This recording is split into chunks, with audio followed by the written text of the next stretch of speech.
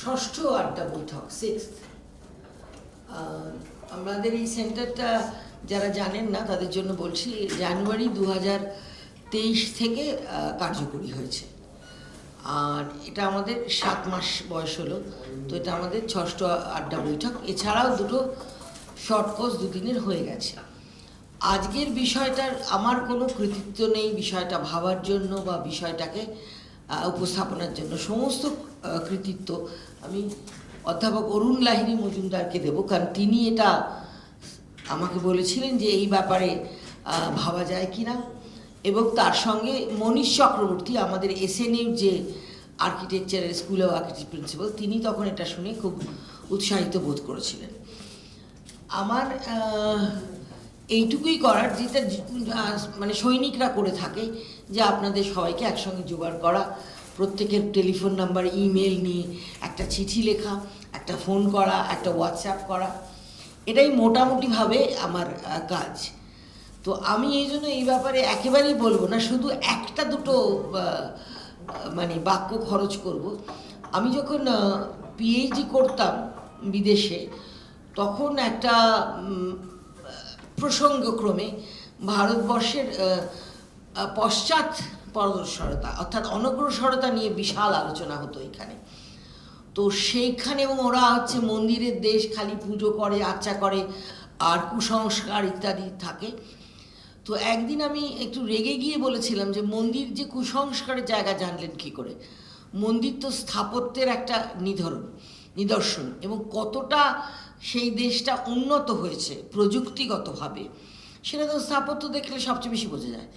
এবং প্রত্নতাত্ত্বিকরা তো এইটাই খুঁড়ে বার করেছেন মহেঞ্জোদারো হরপ্পাতে বলে জানি, যে ভারতবর্ষে 5টা দেশের মধ্যে ভারতবর্ষে প্রথম নগর সভ্যতা যেটা ছিল, সেটা তো প্রত্নতাত্ত্বিক এবং স্থাপত্য খুঁজে বার করার ফলেই হয়েছে। ফলে মন্দির দেখলেই আপনাদের এটা মনে হয়, অথচ চার্চ দেখলে মনে হয় না। অর্থাৎ এই যে পশ্চিমী অনগ্রসরতা, এবং মানে কি বলবো এটাকে, যে অদ্ভুত রকমের একটা ভ্রান্ত ধারণাকে ধরে রাখার চেষ্টা, সেটা আমি খুব ভালো বুঝেছিলাম, এবং এই জায়গাটা আমাকে সাহায্য করেছিল। কারণ আমি বলে রাখি, আমি নাস্তিক, সুতরাং মন্দিরে পূজার কোনো প্রশ্নই নেই আমার। কিন্তু মন্দিরগুলো আমার কাছে হচ্ছে, স্পেশালি আমার দেশের মন্দিরগুলো আমার কাছে হচ্ছে সেই সময় যে প্রোডাক্টিভ ফোর্স আমরা যেটাকে বলি, উৎপাদিকা শক্তির যে অসাধারণ একটা উৎকর্ষ হয়েছিল, তার একটা নিদর্শন। তার কারণ হচ্ছে ওই উৎকর্ষ না হলে ওই কলসিটা ওইভাবে ওখানে বসে থাকতে পারতো না, বা ওই সূর্যের মতো চাকাটা কোনো রকে থাকতে পারতো না। এগুলো সবই ওদের তখনও হয়নি কিন্তু। সুতরাং এই জায়গাটার ভিত্তি থেকে, আমার সমাজবিজ্ঞানের চোখ থেকে আমার মনে হয়েছিল যে অরুণদা আমাকে একটা খুব ভালো বিষয় দিয়েছেন। এবং তারপরে নাম দেওয়ার পরেই আমরা সেন্টার থেকে ঠিক করলাম যে এই বইটা তো আনতেই হবে এবং পড়তে হবে এবং আপনাদের সবাইকে ডাকতে হবে। এইটুকুই আমার বলার আছে। আমি এই কি বলে ওটাকে, কাঠবিড়েল মাত্র, আর কিছু না। এটা বলে এবার আমি বিষ্ণুপ্রিয়াকে প্রথম ডাকবো। বিষ্ণুপ্রিয়া যেহেতু আমার এই বিশ্ববিদ্যালয়ের এবং আমার অনেক জুনিয়র, সেই জন্য বিষ্ণুপ্রিয়াই বলে ফেললাম। তো আমি এবার বিষ্ণুপ্রিয়াকে ডাকবো। বিষ্ণুপ্রিয়ার একটু অল্প কিছু বিষ্ণুপ্রিয়া সম্বন্ধে বলে নিই, কারণ অনেক তো বলার আছে, অত তো বলা যাবে না কারুর সম্পর্কে। আর তার আগে অবশ্য আমাদের যে mentor of the centre professor Ashok Ranjan Thakur বিষ্ণুপ্রিয়াকে একটু অভ্যর্থনা জানাবেন। এটা হচ্ছে SNUর পদ্ধতি।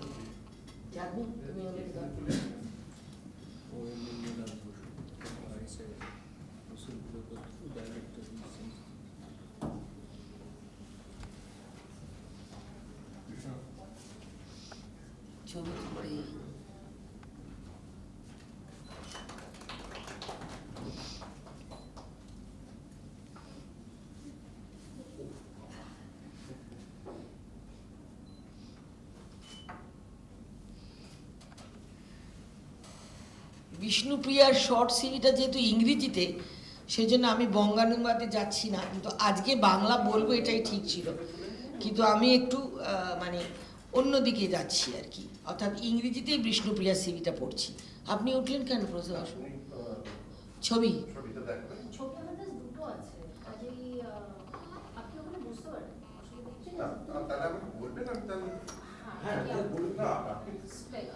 ঠিক আছে, না না আপনাকে পেছনে বসতে হবে না, আপনাকে তো আজকে প্রথম বেঞ্চে বসতেই হবে। ঠিক আছে, চিন্তা করুন না, আগে আমি তোমায় মিনিমাম ইন্ট্রোডাকশনটা দিয়ে নিই। আচ্ছা, Bishnupriya BAITHAK is Associate Professor in the Department of Archaeology at Calcutta University.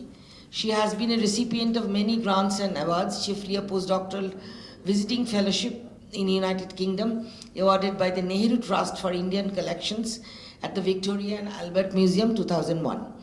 A short-term award from the Maison des Orient Mediterranean Jean Pollox, Lyon, France. The UK Travel Award for the Nehru Trust for the Indian Collections at the Victoria and Albert Museum. A short-term grant from Foundation Maison des Sciences at FMSH Paris, and a research grant from Society of Antiquaries of London. She was also nominated by ICCR as a member of the Indian delegation that visited Vietnam in 2005 and remained an honorary lecturer of University College London. Her specialization is in Bengal prehistory, but she also researches extensively on archaeological theory, history of Indian archaeology, and heritage studies. She has successfully completed 3 research projects in the areas of her interest, including a British Academy project entitled Surviving the Empire with Professor Kit Lilly of Queen's University, Belfast. Lilly ke amar khub bhalo chena ache Belfast. He was one of my external. She currently has a project on tracking ancient migration, roots and cultural connection in northeastern India under UGC P2 scheme of India, looking east of the University of Calcutta. She has lots of publication and actually visited lots of countries for papers and etc. For the past 4 years, she has been engaged with studying heritage of the Sundarbans, world's largest mangrove system in 24 Parganas district, West Bengal. So Bishnupriya, it's all yours. Thank you very much, Fulani. I'm really humbled by what you said. I don't know whether I really deserve it. So I will go. আচ্ছা, এটা কি বাংলায় বলবো? বাংলা ইংরেজি মিশিয়ে? আপনার যা, তোমার যা খুশি, মানে যেটাতে তুমি মনে করছো তুমি কমফোর্টেবল, বা তুমি যদি বাংলা ইংরেজি মিশাতে চাও সেটা করতে পারো। ঠিক আছে, আমি সিন্স এটা আপনারা বলেছেন বৈঠক, কাজে আমি একটু ইনফর্মালি রাখছি। We have one who may not follow Bengali through. Ramayana. Sorry. Okay, then I'm sorry. You did not understand. Okay, no problem. I'll just stick to English. No problem. I'll translate it. So I'll take just 15 minutes, but I'm speaking on something which holds my present engagement, as Pulati just said, heritage issue. And by heritage, actually, I don't mean just a division into tangible and intangible heritage, looking at heritage just as kind of inert material culture, but looking more at heritage from a social science perspective, looking at heritage as a dynamic process.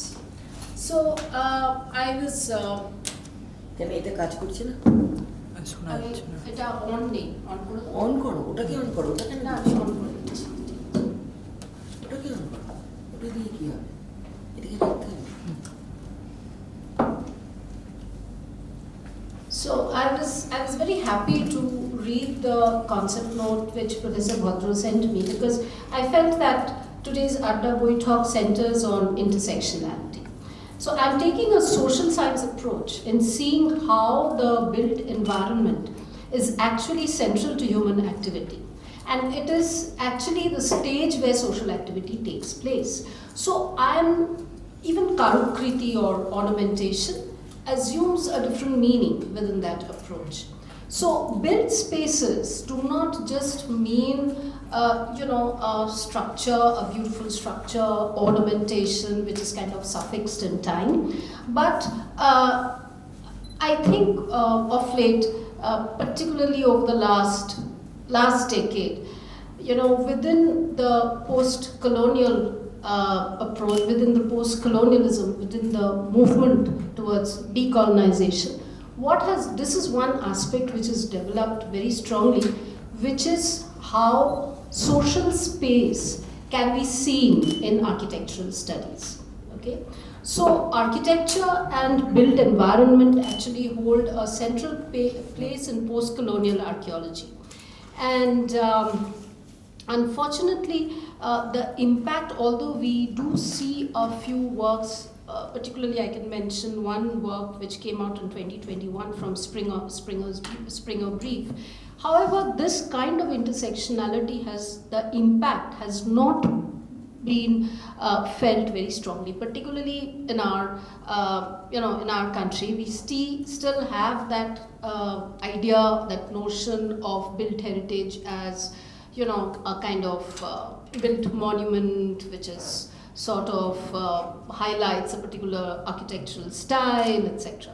So that is important. I'm not denying its importance, but what is important is the social relation. That's what I feel. So, when I'm talking about these things, we see that there are a lot of work which has come up in urban histories, diverse viewpoints to rethink the connection between production, power relations, architecture, and urbanism. So, basically, the post-colonial critique has provided architectural historians and theorists with frameworks which allow them to deconstruct Eurocentric conceptions of architecture and challenge the notion of a singular Western modality. Even for archaeology, the field has undergone its own sustained period of critical self-reflection. The post-colonial critique has provided the means for archaeologists to confront how core intellectual aspects of the discipline, such as ordering of the past, such as stratigraphy, such as typological analysis, how actually they are enmeshed in modern colonial systems. Okay? And some archaeologists and organizations like the World Archaeology Congress, of which many of us are members, they are trying to push the field beyond just this kind of a study of the past, which is just looking at archaeological stratigraphy and typological analysis, which it's a hangover from the colonial period. So decolonization in archaeology focuses on supporting indigenous communities and individuals in expressing their own perspectives on materiality, developing their own archaeological practices, and asserting their ownership with regards to knowledge, objects, and land. So in World Archaeology Congress, actually recently, which was held in Prague, of course, most of us attended in the hybrid mode. So there were a lot of sessions, which were looking at this critical studies of heritage. Okay.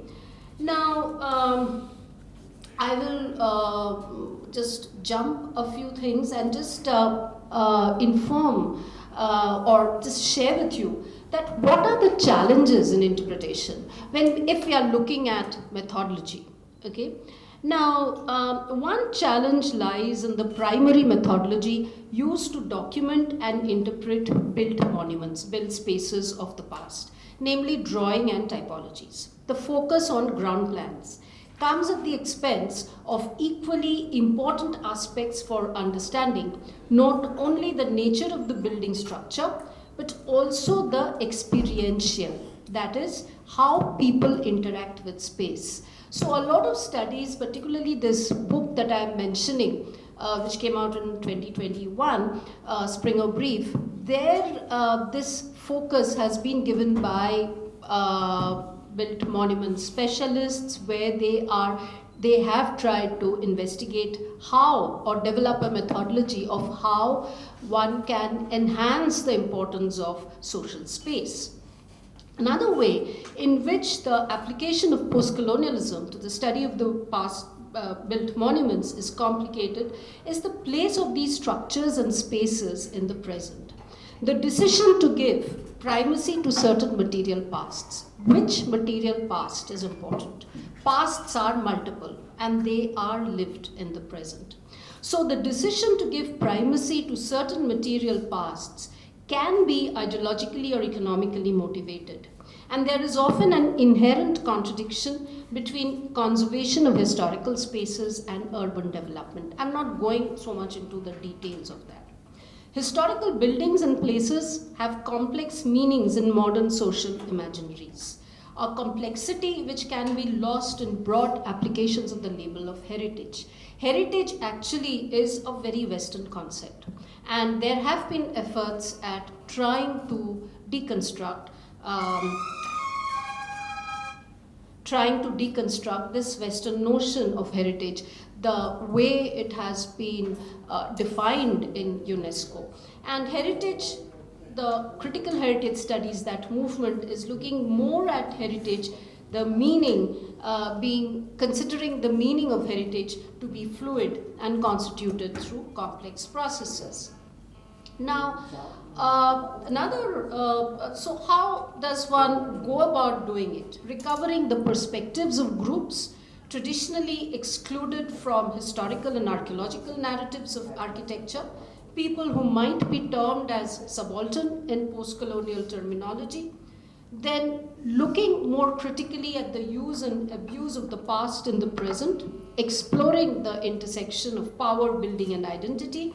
And a third theme by which one can draw upon these resources is community and public engagement. This is what I am, of course, it all overlaps, but this is something which I have been doing in the Sundarban area. Uladi kotokkon baki?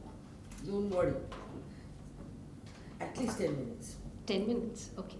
So then, just giving you this theoretical frame, I will just show you, I was not probably, আমি এটা ঠিক বুঝতে পারিনি, আমার মনে হয়েছিল আড্ডা বৈঠক মানে হয়তো just the conversation will flow, so I did not prepare any PowerPoint presentation. So I'll just show you a few images and build, so the case study, the kind of work that I have done in the Sundarbans and doing, so that if I can help to explain.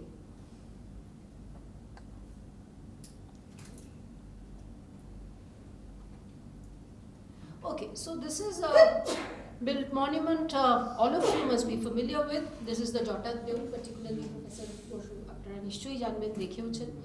Now, Jotat Deul, this article, in fact, which I wrote on this kind of community public engagement, looking more from a post-colonial perspective, it came out in Public Archaeology, published from Taylor and Francis and from UCL London. Came out in 2020, so it is available on the net. I think that it should be freely accessible. If not, I can share with you if any of you are interested. So I'm looking at the dynamics of community and public engagement through an archaeological monument. This is located in South 24 Parganas. It's called Jotat Deul, which is a brick tower, stylistically labeled as a Rekho Deul. I won't go into the details, amader ekhane specialist ra boshe achen. It's basically a curvilinear tower with a cruciform ground plan belonging to the Orison architectural style. It is located in Poschim Jotat Deul village, Mathurapur block 2. Very interesting is the way a monument like Jotat Deul, how it has grown in public memory. How it has, how this kind of memory formation, these are very interesting processes which have been worked on to a great extent. This entire process of remembering and forgetting is very much part of oral narratives, and there's a lot of literature about it. I'm sure Professor Bhadru would be knowing much more. So this exact chronology, why I chose Jotat Deul, very interesting kind of a history. Its exact chronology is unknown, as is its creator. There was an inscription which was found, which was it was said to be the inscription of 9th century, according to Kalidas Datta, and that inscription, when since it was discovered and after Kalidas Datta, in fact, I should be telling you, is one of the pioneering scholars. We have many of these grassroots scholars, foot soldiers in Bengal and obviously in other parts of India.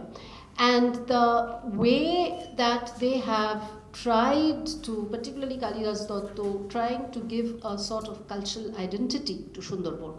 So when I wrote on Kalidas Datta and when I was looking at his texts, I mean, apart from my friends in Sundarban, no one in Kolkata circle knew of the name Kalidas Datta. Okay, that is something I found quite strange. So it just shows that, you know, outside institutional history, we rarely look into the grassroots. So it's stylistically, this monument has been dated to the 13th century CE. It has survived more in myths, legends, and local tradition than in historical sources. So in this public archaeology paper, I explored how the monument becomes a site of memories and how multivocal identities are forged around the locus of the site, which is now revered as a sacred place of Shaiva worship. The state has only a marginalized presence, and the main stakeholders remain non-professional archaeologists, local school teachers, and local population living in close vicinity. Identity work at the site, which is an ongoing process, is no longer the archetypical Bengali regional identity. There's an entire, I have dealt with in this paper, that how Jota Deul has been identified with a Bengali regional identity by Satish Mitro, later later by Kalidas Datta and others. What I was trying to see is how a development trajectory of the public in a vernacular regional sense is a compelling issue. So I undertook interviews. That's where the public engagement comes in. I studied the different groups. Again, groups is a very, I mean, they're not homogeneous, and we find group boundaries are very flexible, very fluid. So I highlighted how these cohort communities who constitute the public in a local sense relate to the archaeological monument. It is clear that there exist multiple interest groups with reference to the tower, and we see that since Kalidas Datta's initial scholarship over the past several decades, a corpus of knowledge has grown among these individuals, many of whom are not residents of the village. So what I did, my methodology was, when I visited Jota Deul site, and I did a series of 4 interviews of select individuals living in Poshim Jota Deul village and its vicinity.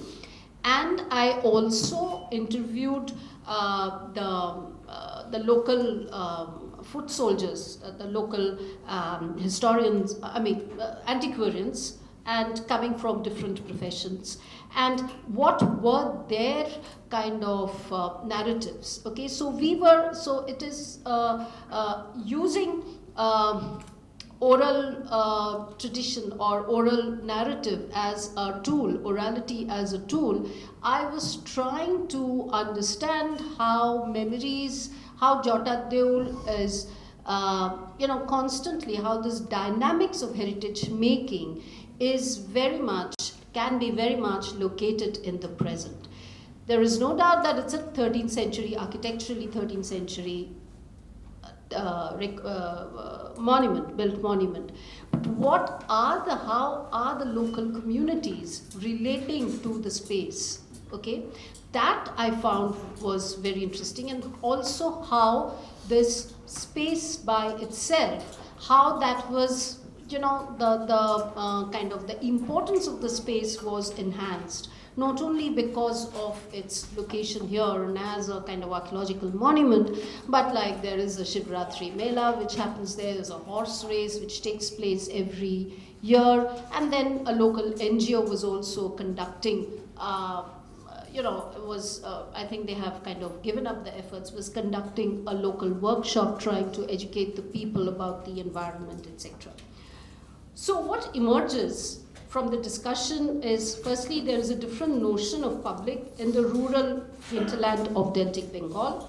The state or its institution, the Archaeological Survey of India, announces its existence at Jota Deul in a very marginal way, namely a signboard that all of you are familiar with, just like the signboard thake Nil Ronger, and it doesn't give any indication of the history or anything. So, and there were several measures which were undertaken to maintain the environs. Okay. Now, it is a classic illustration, Jotat Deul. I'll just conclude this by saying, I know I'm running out of time, that is positioned at the crossroads of an existing but subdued official policy and local interpretations. This was never, interestingly, if you go through the archaeological survey, the Bengal Circle reports, this was never a monument that engaged the attention of the colonial state in ways in which other archaeological monuments in Bengal, like the Vishnupur terracotta temples, attracted them. Jotat Deul provides a case study of how a built monument with an unclear historicity becomes the pivot of people's remembrances and a projection of their worldview. These remembrances and memories are vulnerable and susceptible to different sets of claims. A Bengali regional or national identity in the early 20th century, an overarching Shaiva affiliation later, and now other less competing claims on the basis of its materiality. While these memories converge on the archaeological significance of the tower, it emerges as a monumental aesthetic landmark in the living memories of Shivratri celebrations. They are not aware of what this Mundir stands for. The occasional horse race and the fair that I was mentioning. Here, owing to its archaeological biography, the monument transforms into a landmark and a point of congregation. That becomes more important, the social aspect. So this signals for the communities involved a more secular, iconic relationship to the monument as an aesthetic object. No unified, homogenized body of memory emanates from Jotat Deul, but only fragments which are seized upon by groups eager to anchor their claims. The bearing of ASI as an authoritative discourse looms in the background. It is not important. Despite no declared policy of promoting the site as a tourist attraction, it surreptitiously aids in situating Jotat Deul in a tourist guide of the Sundarbans. And now I'm sure many of you are aware that there is a concerted effort in building a kind of tourism route, and where Jotat Deul will now feature as a very important landmark in Raideki. This is thus a unique experience of heritage in the making in a post-colonial world where the state as a stakeholder has a subterranean presence with no evident capacity of marginalizing local understandings. All the local groups whom I interviewed are engaged in their niche roles as claimants in various capacities, and at best expressed a nonchalant attitude vis-a-vis the ASI signboard. At a different level, the practice of global tourism in a laissez-faire environment has been severely criticized for endangering the existence of archaeological sites and displacing local communities. Heritage tourism is a much debated subject. What remains undeniable is the damaging effect of unbridled tourism. The fair organized by NGOs was an attempt to create potential for tourism, which so far has not yielded rich outcome. We don't know what the present initiative will lead to. The state so far has remained marginalized here, and local primary school teachers, non-government organizations, and non-professional archaeologists emerge as the principal stakeholders. So Jotat Deul emerges as a monument not transfixed in time, but as a theatre wherein manifold and complex processes of the making of heritage unfold. So there is another monument close by, Deulbari, which is mostly in ruins, but so I could not work on that. So what I have tried to highlight through this is how archaeology and architecture relate to each other. There may be many more cross-disciplinary conversations as built heritage situates itself at the interface between art history, sociology of aesthetics, cultural anthropology, politics, and government and archaeology. Thank you. Can we have one or two questions or comments? Yes, please. Actually, madam, I am from originally Purbo Siddharpur, next to Jotat Deul. Okay, I think Purbo Siddharpur. তো হিস্টোরিটা শুনলাম মানে আমি local মানুষদের কাছে actually আমার নিয়মিতের বাড়ির ছেলে, আমি হয়তো ওখানে যদি কাজ করে থাকি মাইট বি নোয়িং দ্য ভূতপুরকদের বাড়ি। আমি পশ্চিম জটার দেউলে মেইনলি কাজ হ্যাঁ, করেছি। পশ্চিম জটার দেউলে যারা রয়েছে মানে ভূতপুরকদের বাড়ি রয়েছে বা হালদার পরিবার রয়েছে, শিকারীদের আমি ইন্টারভিউ করেছি, হ্যাঁ, শিকারীনাথ পরিবারের যারা লোকজন। হচ্ছে মেনলি চাষবাস করে ওখানে, মানে লোকের জমিতে চাষ করে, ওরা পুরকতদের জমি ভূতপুরকত বা নিয়মিতের জমিতে চাষ করে। তো আমি জিজ্ঞাসা করতে চাইছি, আপনি সব কিছু শুনেছেন বা আমরা ছোটবেলায় গল্প শুনেছি যে ঝাঁটার আগাতে মন্দিরটা একটু বেঁকে গিয়েছিল, হোয়াট এভার ইট ইজ, এবং এটা শিবরাত্রিতে পুজো হয় বা সব কিছুই হয়, আমরাও পুজো টুজো দিই। তো আপনি এক্স্যাক্টলি কি জেনেছেন এটার এস্টাবলিশমেন্ট সম্পর্কে, যে কারা বা কে করেছিল? মানে it's a big question about that. নিশ্চয়ই কোয়েশ্চেনটা তো থাকছে। আসলে ওই জয়চন্দ্র পালের একটা ইনস্ক্রিপশন পাওয়া গিয়েছিল, একটা কপার প্লেট, যেটা কালিদাস দত্ত মেনশন করে। কিন্তু তারপরে ওটা ডিসকভার্ড হওয়ার পরে, কলোনিয়াল পিরিয়ডেই ঔপনিবেশিক সময়ে এটা ডিসকভার্ড হয়েছিল। এটা ডিসকভার্ড হওয়ার পরে তারপরে আর ওটার কোনো হদিশ মেলেনি। তো ওইটা ধরে কালিদাস দত্ত বলছিলেন যে এটা 9th সেঞ্চুরি এই এটা। কিন্তু এবং তারপরে খুব ইন্টারেস্টিং হচ্ছে যে ধরুন কালিদাস দত্তই বলছেন যে এটা নিয়ে অনেক রকমের আছে, যেমন শিবলিঙ্গটা তো তার থেকে উপরে। না না, আমি বলছি সেটা, এটাই খুব ইন্টারেস্টিং যে কিভাবে বাঙালির ইতিহাসে এটা চলে এসছে। এবং বলা হচ্ছে যে এটা সতীশচন্দ্র মিত্র বলছেন যে এটা প্রতাপাদিত্যর ওয়াচটা, কেমন, উইচ ইজ মাচ লেটার। হ্যাঁ, তো যেটা মজার ব্যাপার সেটা হচ্ছে যে এখনো আর্কিটেকচার, মানে আমি যাকে কোট করলাম তিনি আর্কিটেকচার স্পেশালিস্ট, তিনি একটা লেখায় বলেছিলেন এবং তাকে নিয়ে আমি সাইটে গেছিলাম যে স্টাইলিস্টিক্যালি, আর তো কোনো ডেট নেই, স্টাইলিস্টিক্যালি এটা 13th সেঞ্চুরি, কেমন।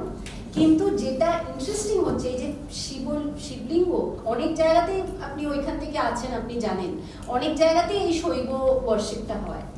এবং শুধু তাই নয়, দেবীশঙ্কর দেবিদা যাকে, মানে উনি আমার দাদারই মতন, ওখানে ওনার সাথে বিভিন্ন সাইটে গেছি, উনি বলছিলেন যে এই যে শিবলিঙ্গটা এখন আছে, আগে আরেকটা শিবলিঙ্গ ছিল এক্স্যাক্টলি জমিদার বাড়ি, এবং তারপরে ওই শিবলিঙ্গটা আরেকটা জায়গায় নিয়ে সেখানে পুজো হচ্ছে।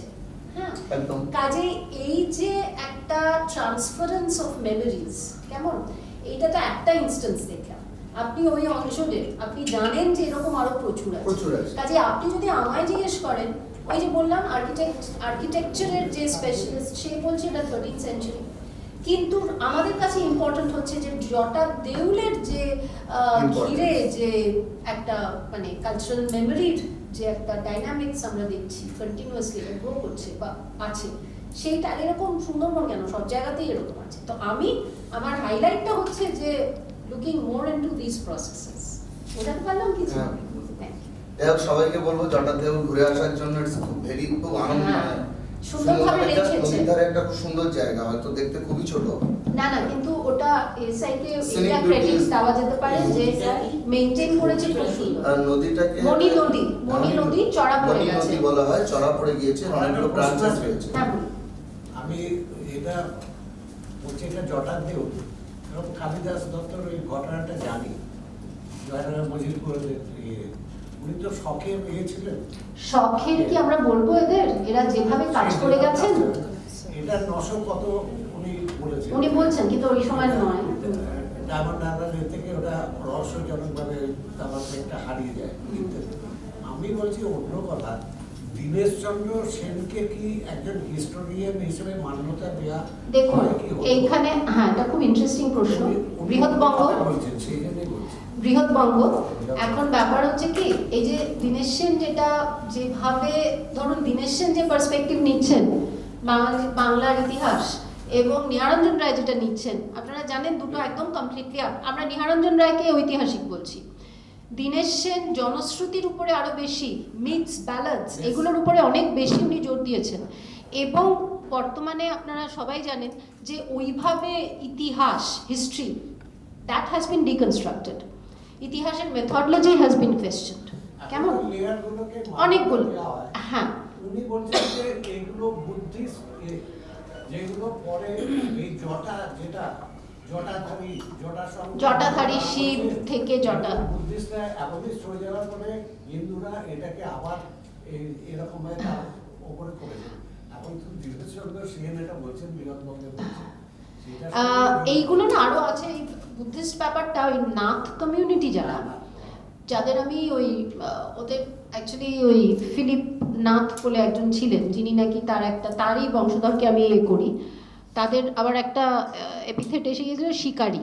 হ্যাঁ, কারণ ওরা ওই মানে বেসিক্যালি দিস পিপল ওয়ার, আমি ইংরেজিতে বলছি ওদের বুঝতে পারছে না, basically this people were ব্রট during the colonial land reclamation, say from the late 18th, 19th, early 19th century. So these people were brought, many of them brought from Chotanagpur Highlands. আর এই জায়গাটা তো পুরো ইট ওয়াজ মানে জঙ্গলাকীর্ণ জায়গা। হ্যাঁ, তো ওইরকম একটা মিথ আছে যে ফিলিপ শিকারি, তার নামই হয়ে গেল শিকারি, সে নাকি 20টা বা 25টা বাঘ মেরেছিল।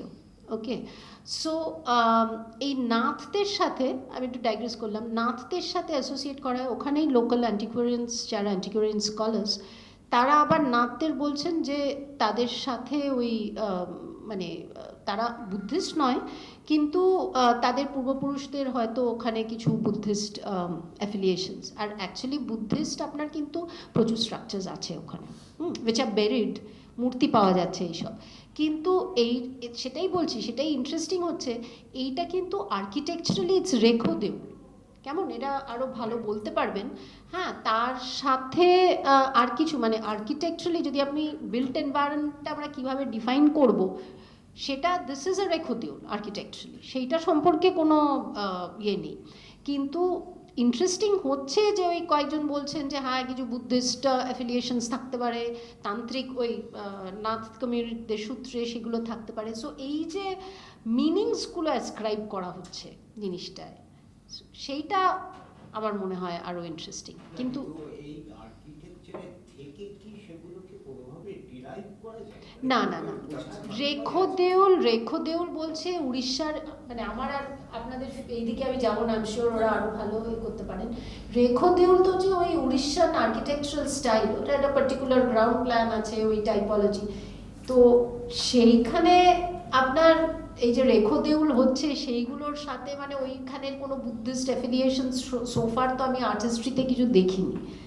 এইগুলো বর্তমানে যেভাবে একটা বিল্ট মনিউমেন্টে, মানে বিল্ট মনিউমেন্টটা যেটা আমরা আর্গিউ করি যে ওটা শুধুমাত্র একটা ইনার্ট অবজেক্ট হিসেবে থাকে না, তার মানে তাকে বেস করে অনেক মেমোরিজ হয়ে যায়। একটা বুদ্ধিস্ট সাইট, তাকে তো সেখানে তো হিন্দু কিছু একটা ওয়ার্শিপ হচ্ছে, মানে এটা তো পুরো the politics of the past basically.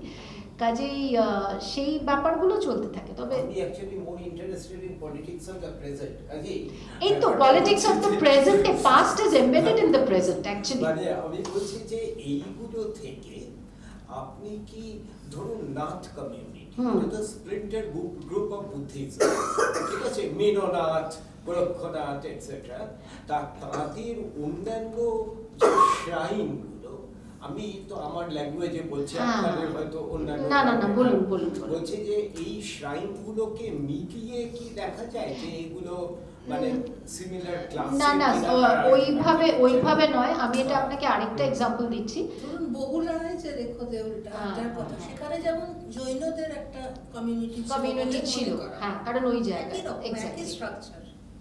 কাজেই হ্যাঁ, বাঁকুড়ার ইয়ের কাছে বিষ্ণুপুর থেকে বোধহয় 1 ঘন্টার ভেতরে বগুড়া, তো ফ্যান্টাস্টিক স্ট্রাকচার। এবং সূর্য মন্দির ওখানে রয়েছে, সোনাতপলে এক স্ট্রাকচার, মোরালেস আছে। কাজে এই একবার আমি ঝাড়গ্রাম গিয়ে দেখলাম ওই যে ওদের একটি রাজবাড়ির বোধহয় একজন মীনাক্ষী মন্দির না কিছু বলে একটা, সেখানে একটা ইন্দ্র পূজা, কনক দুর্গা, হ্যাঁ কনক দুর্গা, এবং সেখানে না কনক দুর্গা নয়, এটা হলো বাস স্ট্যান্ডের কাছে যে মন্দিরটা, কনক দুর্গাটা তো অনেক দূরে, এটা বোধহয় মীনাক্ষী মন্দির বলা হয় বা কিছু বলা হয়, ঝাড়গ্রামের কাছে মীনাক্ষী মন্দির বা ওই রকম করে গায়ত্রী মন্দির খুব সম্ভবত বা এরকম কিছু, এবং সেখানে একটা ইন্দ্র পূজা বছরে হয়। ইন্দ্র পুজো অনেক জায়গায় হচ্ছে,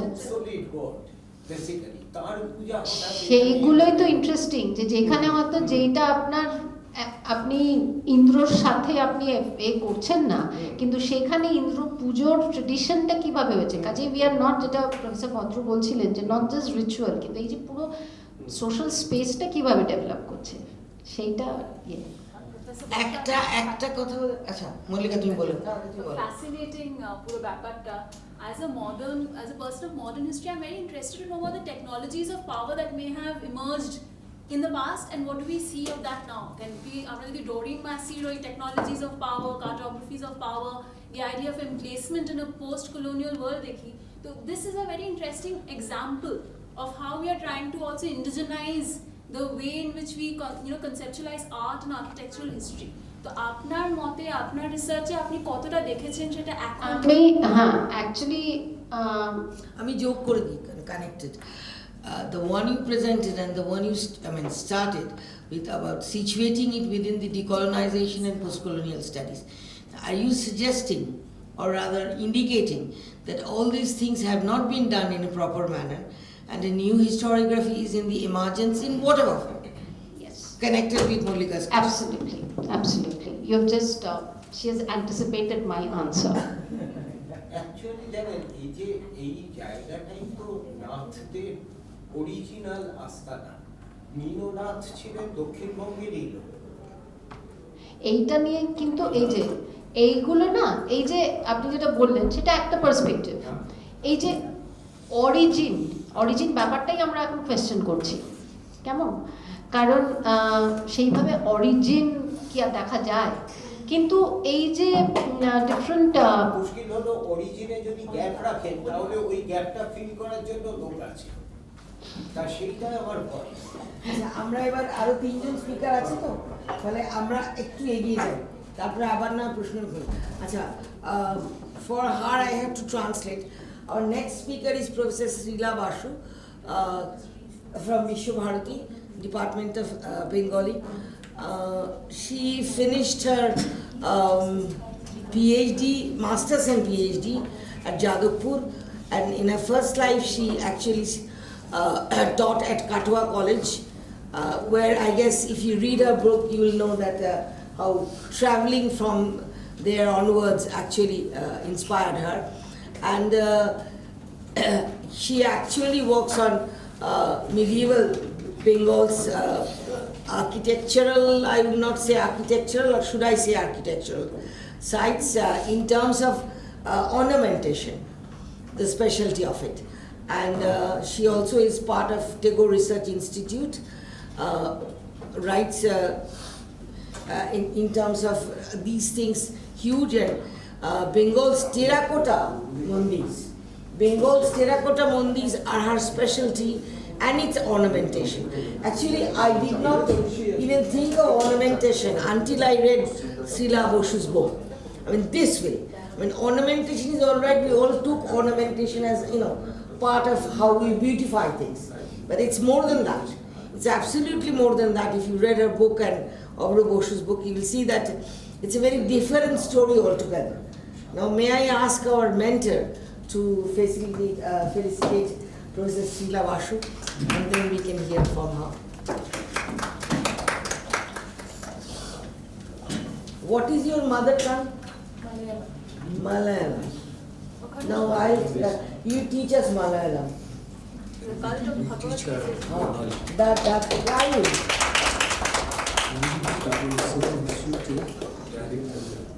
আমি বলেছি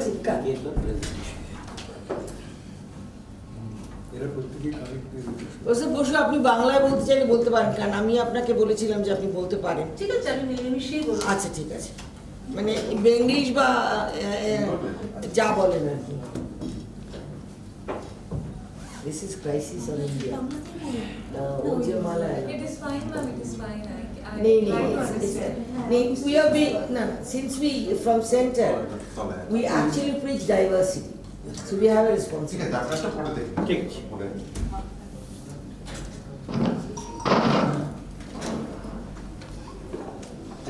Whoever is beside us should translate a little bit to her. দুটো বাসুর মধ্যে আমি ঢুকে যেতে পারি? তুমি ঢুকে যেতে পারো? মানে দুজন বাসুর মধ্যে না, বিশেষ না, professor Sheila Basu and professor Abhra Basu, আমি তার মধ্যে কিছুই তোমাকে ঢুকে দিতে পারবো না, কারণ হচ্ছে একাডেমিক। একদমই ভালো হবে, এটা একদমই ভালো হবে। আর তুমি অন্যভাবে ঢুকতে চাও, তুমি ঢুকতেই পারো, বৈঠকি ব্যাপার। আয়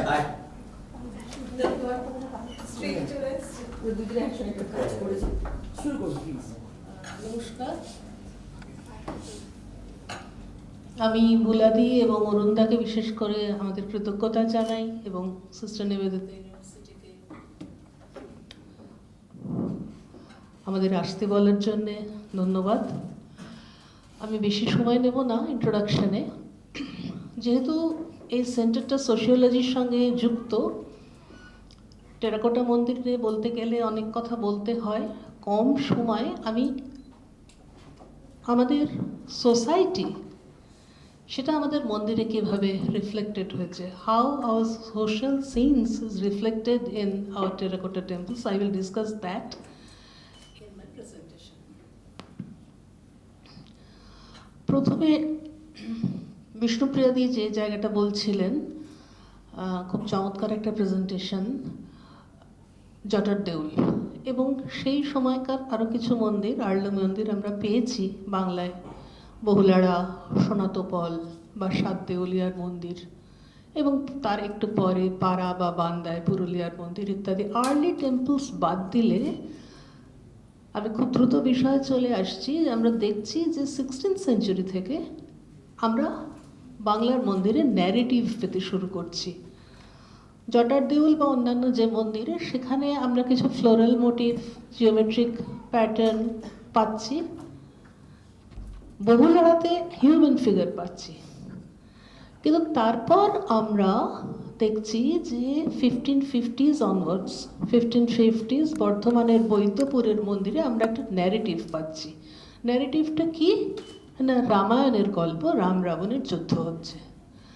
এইভাবে আস্তে আস্তে স্পেশালি 17th সেঞ্চুরিতে যখন মন্দির বিল্ডিংটা, when the temple building activity was took over mainly by the kings of Vishnupur, the Malla kings.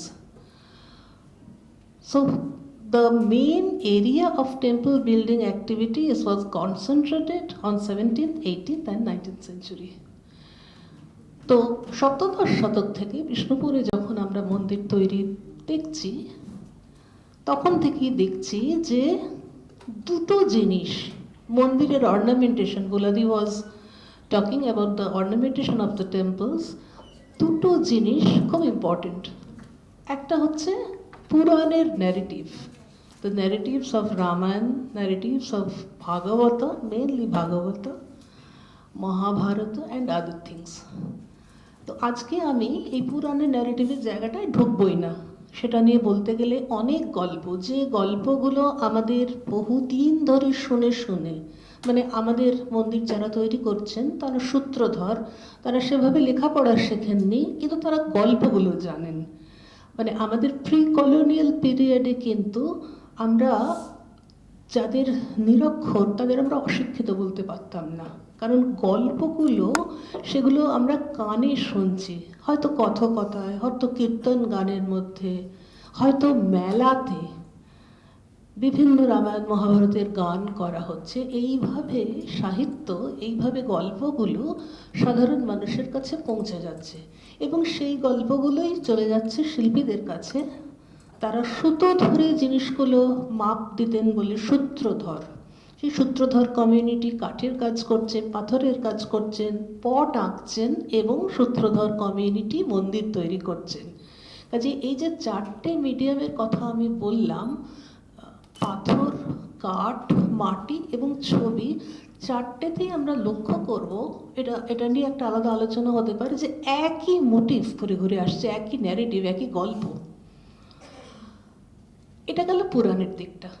এই ন্যারেটিভটা আজকে আমরা যাব না, আমরা ছোট্ট করে দেখে নিতে চাইব কম সময়ের মধ্যে যে আমাদের সমাজের কোন ছবি আমাদের মন্দিরে রয়েছে। একেবারে সহজ কথায়, সহজভাবেই আমি বিষয়টা বলার চেষ্টা করছি। সপ্তদশ শতকে প্রধানত মন্দির তৈরির ব্যাপারে ইনিশিয়েটিভ নিচ্ছেন বিষ্ণুপুর রাজারা, মল্ল রাজারা। এবং এই মল্ল রাজারা, তারা আশেপাশে যেহেতু প্রচুর পাহাড় এবং জঙ্গল ছিল, তারা খুব দাপটের সঙ্গে অন্তর্বর্তী ক্ষেত্রে হিন্দু রাজত্ব করতেন। তারা বৈষ্ণব হয়েছিলেন। কেন বৈষ্ণব হয়েছিলেন সেটা বিরাট গল্প, সে নিয়ে যাচ্ছি না। তারা প্রচুর বৈষ্ণব পুঁথি লেখালেখি করতেন, সেখানে বৈষ্ণব পাটা আঁকার একটা চল ছিল, উডেন কাভার অফ ম্যানুস্ক্রিপ্টস। এভাবে বৈষ্ণবতার যে চল, এবং তার সঙ্গে গান, বিষ্ণুপুরের ধ্রুপদের কথা আমরা জানি।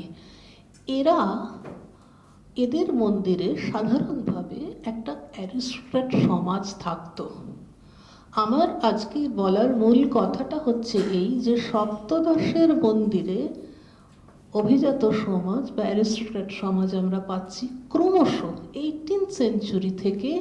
আমরা দেখছি সাধারণ মানুষ আসতে শুরু করছে টেম্পল অর্নামেন্টেশনে। কেন আসতে শুরু করছে না, তার কারণ হচ্ছে মন্দির তৈরির পেট্রন 17th সেঞ্চুরিতে জমিদাররা, যেমন বিষ্ণুপুর জমিদাররা নিজেদের রাজা বলছেন, বর্ধমানের জমিদাররা নিজেদের রাজা বলছেন, বা নাটোরের রানী ভবানী রানী বলছেন, আসলে তো এরা জমিদার। তো এরা যখন মন্দির তৈরি করছেন 17th এবং আর্লি 18th-এ, এরা কিন্তু অ্যারিস্টোক্র্যাটদের মন্দিরে আনছেন অনেক বেশি। এবং ক্রমশ যখন ব্যবসায়ীরা মন্দির তৈরির হাল ধরছেন, বিজনেসম্যান কমিউনিটি, তখন খুব সহজে তারা বড় লোক, তারা জাতে ওঠার জন্যে, মানে সমাজে পুণ্য অর্জন ইত্যাদির জন্যে পুকুর কাটছেন, তীর্থ করছেন, মন্দিরও তৈরি করছেন। তারা যখন করছেন তখন সেখানে সাধারণ মানুষের ডিপিকশনটা চলে আসছে। 18th সেঞ্চুরির লেট 18th সেঞ্চুরি এবং 19th সেঞ্চুরিতে সাধারণ মানুষের ডিপিকশন অনেক বাড়ছে। আমরা ছবি দেখব, যখন আমরা দেখব যে কিভাবে কত রকমের সাধারণ মানুষ, আমরা যাকে বলি marginalized people, the depiction of marginalized people were much more manifested in the 19th century temples. So this is my bottom line. আমরা প্রথমে একটু অভিজাতদের ছবি দেখব, একটু অন্য দিকে, যেখানটা আমরা সচরাচর যাই না, এবং যেটা অভিজাতদের ছবির জন্য আমার তো মনে হয় বেস্ট মন্দির। এটা দিনাজপুরের, বাংলাদেশের দিনাজপুরের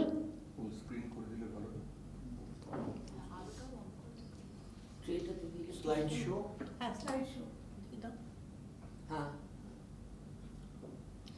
আচ্ছা, বলে রাখি যে এই যে মন্দিরের কাজ, এটা আমরা 3 জন মিলে করি বলা যেতে পারে। তৃতীয় জন আজকে আসতে পারেননি। সে একেবারে জন্মাবার পর থেকেই মন্দিরে মন্দিরে ঘুরছে। সে আজ পরীক্ষা দিচ্ছে শান্তিনিকেতনে, তাই সে অনুপস্থিত। আর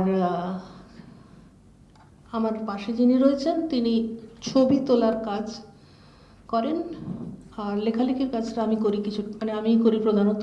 মোট কথা এটা আমাদের একটা পারিবারিক কাজ বলতে পারেন। এটা বাংলাদেশের কান্তনগরের মন্দির, 1704 থেকে 1722, অর্থাৎ আর্লি 18th সেঞ্চুরি। এটা 4 দেওয়ালে এতখানি ঠাসা কাজ কিন্তু আমাদের বিষ্ণুপুরেও এত বড় দেওয়ালে নেই। এটা হচ্ছে দিনাজপুরের কাছে কান্তনগরের কান্তজি মন্দির। এবং এখানে খুব ডিটেলসে বলবার একটা পয়েন্টার আছে কি? ঠিক আছে, আমি বলছি। নৌকোটা বজরা টাইপ আপনারা দেখতে পাচ্ছেন, এবং আপনারা দেখবেন যে মুর্শিদাবাদে এই ধরনের হাতির দাঁতের এই ধরনের ছিপ নৌকো একটা সময় কিন্তু তৈরি হতো। আচ্ছা, যিনি বসে আছেন, অভিজাতর ছবি তো গড়গড়া আলবোলাটা কিন্তু অনেক নিচে তার নলটা উঠে গেছে। এই যে তাকিয়া, আলবোলা, নৌকো, ছিপ নৌকো, এটা হচ্ছে অ্যারিস্টোক্র্যাটদের একেবারে টিপিক্যাল সিন। এটা আমরা বিষ্ণুপুরের মন্দিরে বারবার পাবো। বিষ্ণুপুরের ছবি আমরা দেখি বা বিষ্ণুপুর আমরা অনেকে গেছি, তাই আমি বিষ্ণুপুরের ছবি এখানে রাখিনি। মানে শিল্পীরা ফিগারটা কি হুকোবর্দার বা কিছু যে দাঁড়িয়ে এক, আছে? হ্যাঁ, যে নিচে দাঁড়িয়ে আছে রুকবর্তন, এবং সে কিন্তু দাঁড়িয়ে আছে অনেকটা দূরে, একটা লোয়ার লেভেলে। হ্যাঁ, একটা হায়ারার্কির ব্যাপার আছে পরিষ্কার খুব। এখন এই গড়গড়া, তাকিয়া, পালকি, শিকার, এইগুলো অ্যারিস্টোক্র্যাটদের সবসময় লেগে থাকে। লেগে থাকে। এটা একটু অন্যরকম। শিকারের অনেক ছবি দেখবেন বিষ্ণুপুরের জোড় বাংলা মন্দিরেও আছে, লোয়ার ফ্রিজে সবসময় সোশ্যাল সিনস থাকে। এইটা ইন্টারেস্টিং, এই ছবিটা রেখেছি এই কারণে যেখানে আমরা গন্ডার দেখতে পাচ্ছি। এটাও কিন্তু ওই কান্তজি মন্দিরেরই ছবি। এক গন্ডার শেখার ব্যাপারটা সাধারণ মানুষের নয়, এটা বুঝতেই পারছেন। গন্ডার বাংলার মন্দিরে পাওয়া গেছে, এখানে আছে আমাদের মুর্শিদাবাদের রানী ভবানীর তৈরি যে মন্দির সেখানে আছে, কিন্তু সংখ্যায় কম। হাতি, ঘোড়া, এমনকি উটও আমরা প্রচুর পাই বাংলার মন্দিরে। এবং এখানে যারা শিকার করছে তাদের টুপিটা লক্ষ্য করুন, সেটা কিন্তু ঠিক সাধারণ বাঙালি পোশাক নয়, কলোনিয়াল পোশাক চলে আসছে। আমরা বিষ্ণুপুরের মন্দিরে 17th সেঞ্চুরিতেই পর্তুগিজ পোশাক দেখেছি, এখানে 18th সেঞ্চুরিতে।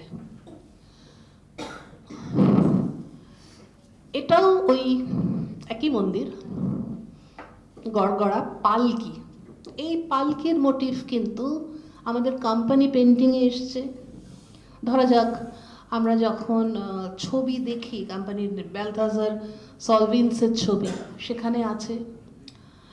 আমাদের কাঁথা এসছে, আমরা যদি শিলা বসাকের কাঁথার বই দেখি সেখানেও কিন্তু দেখবো যে কাঁথায় পালকি। ওটা একটা বিশেষ ক্লাসকে দেখাচ্ছে। যদিও আজকের প্রসঙ্গের সঙ্গে যুক্ত নয়, তবু না বলে পারছি না। একেবারে ওপরে দেখুন, এই পালকির ওপরে যারা বসে আছেন, এর আশেপাশটা দেখলে বোঝা যাবে যে দশরথের 3 জন স্ত্রী, কৌশল্যা, কৈকেয়ী, সুমিত্রার সন্তান নিয়ে, মানে ওপরের রামায়ণের প্যানেল। এবং পাশে একেবারে কোনায় দশরথের মনে খুব দুঃখ, ছেলে হয় না। ছেলে তো হতে হবে, মেয়ে ছিল, মেয়ে হলে তো যথেষ্ট নয়। তো সেই জন্যে উনি ঋষ্যশৃঙ্গ মুনি, তার মুখটা হরিণের মতো, তার কাছে পুত্রেষ্টি যজ্ঞ করেছিলেন। এই যে মুনির মুখটা দেখা যাচ্ছে একপাশে, এটা পাশে যজ্ঞের সিনটা আছে। এটা আমাদের আজকের বিষয়ের সঙ্গে সম্পৃক্ত নয় বলে আমি বাদ দিচ্ছি। এটাও মুর্শিদাবাদের রানী ভবানীর তৈরি 4 বাংলা মন্দির, এটাও 18th সেঞ্চুরি, 1760। আচ্ছা, গড়গড়ায় কতগুলো পাক একবার লক্ষ্য করুন, আর তার সামনে বাইজির নাচ হচ্ছে। পাকের কি কোনো বৈজ্ঞানিক ব্যাখ্যা আছে? অতখানি ঘুরে ঘুরে ঘুরে ঘুরে ধোঁয়াটা পিউরিফাইড হয়ে হয়ে আসছে। স্বাস্থ্যের পয়েন্ট আছে একটা।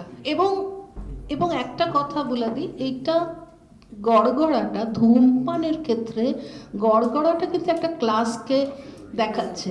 সাধারণ মানুষ সে হুঁকো খাচ্ছে, থেলো হুঁকো, কাজে হুঁকো আর গড়গড়া দিয়ে ব্যাপারটা আমরা আলাদা করি। হতে পারে মোবিলিটি এন্ড অ্যাক্সেস। হ্যাঁ, মোবিলিটি, সেটা তো বটে। হুঁকো নিয়ে অ্যাক্সেস টু দি ডান্সার্স, আর গড়গড়া খেতে খেতে এগিয়ে গেল। Garhgarha represents higher class, having more access, something like that, not হুকো। আচ্ছা, সময়টা কি করে ধরছেন? সময়টা মন্দির ইনস্ক্রিপশন আছে তো। ওই ইনস্ক্রিপশন। হ্যাঁ, এই মন্দির 1760-র, এগুলো রানী ভবানীর তৈরি মন্দির, একেবারে গঙ্গার ধারে।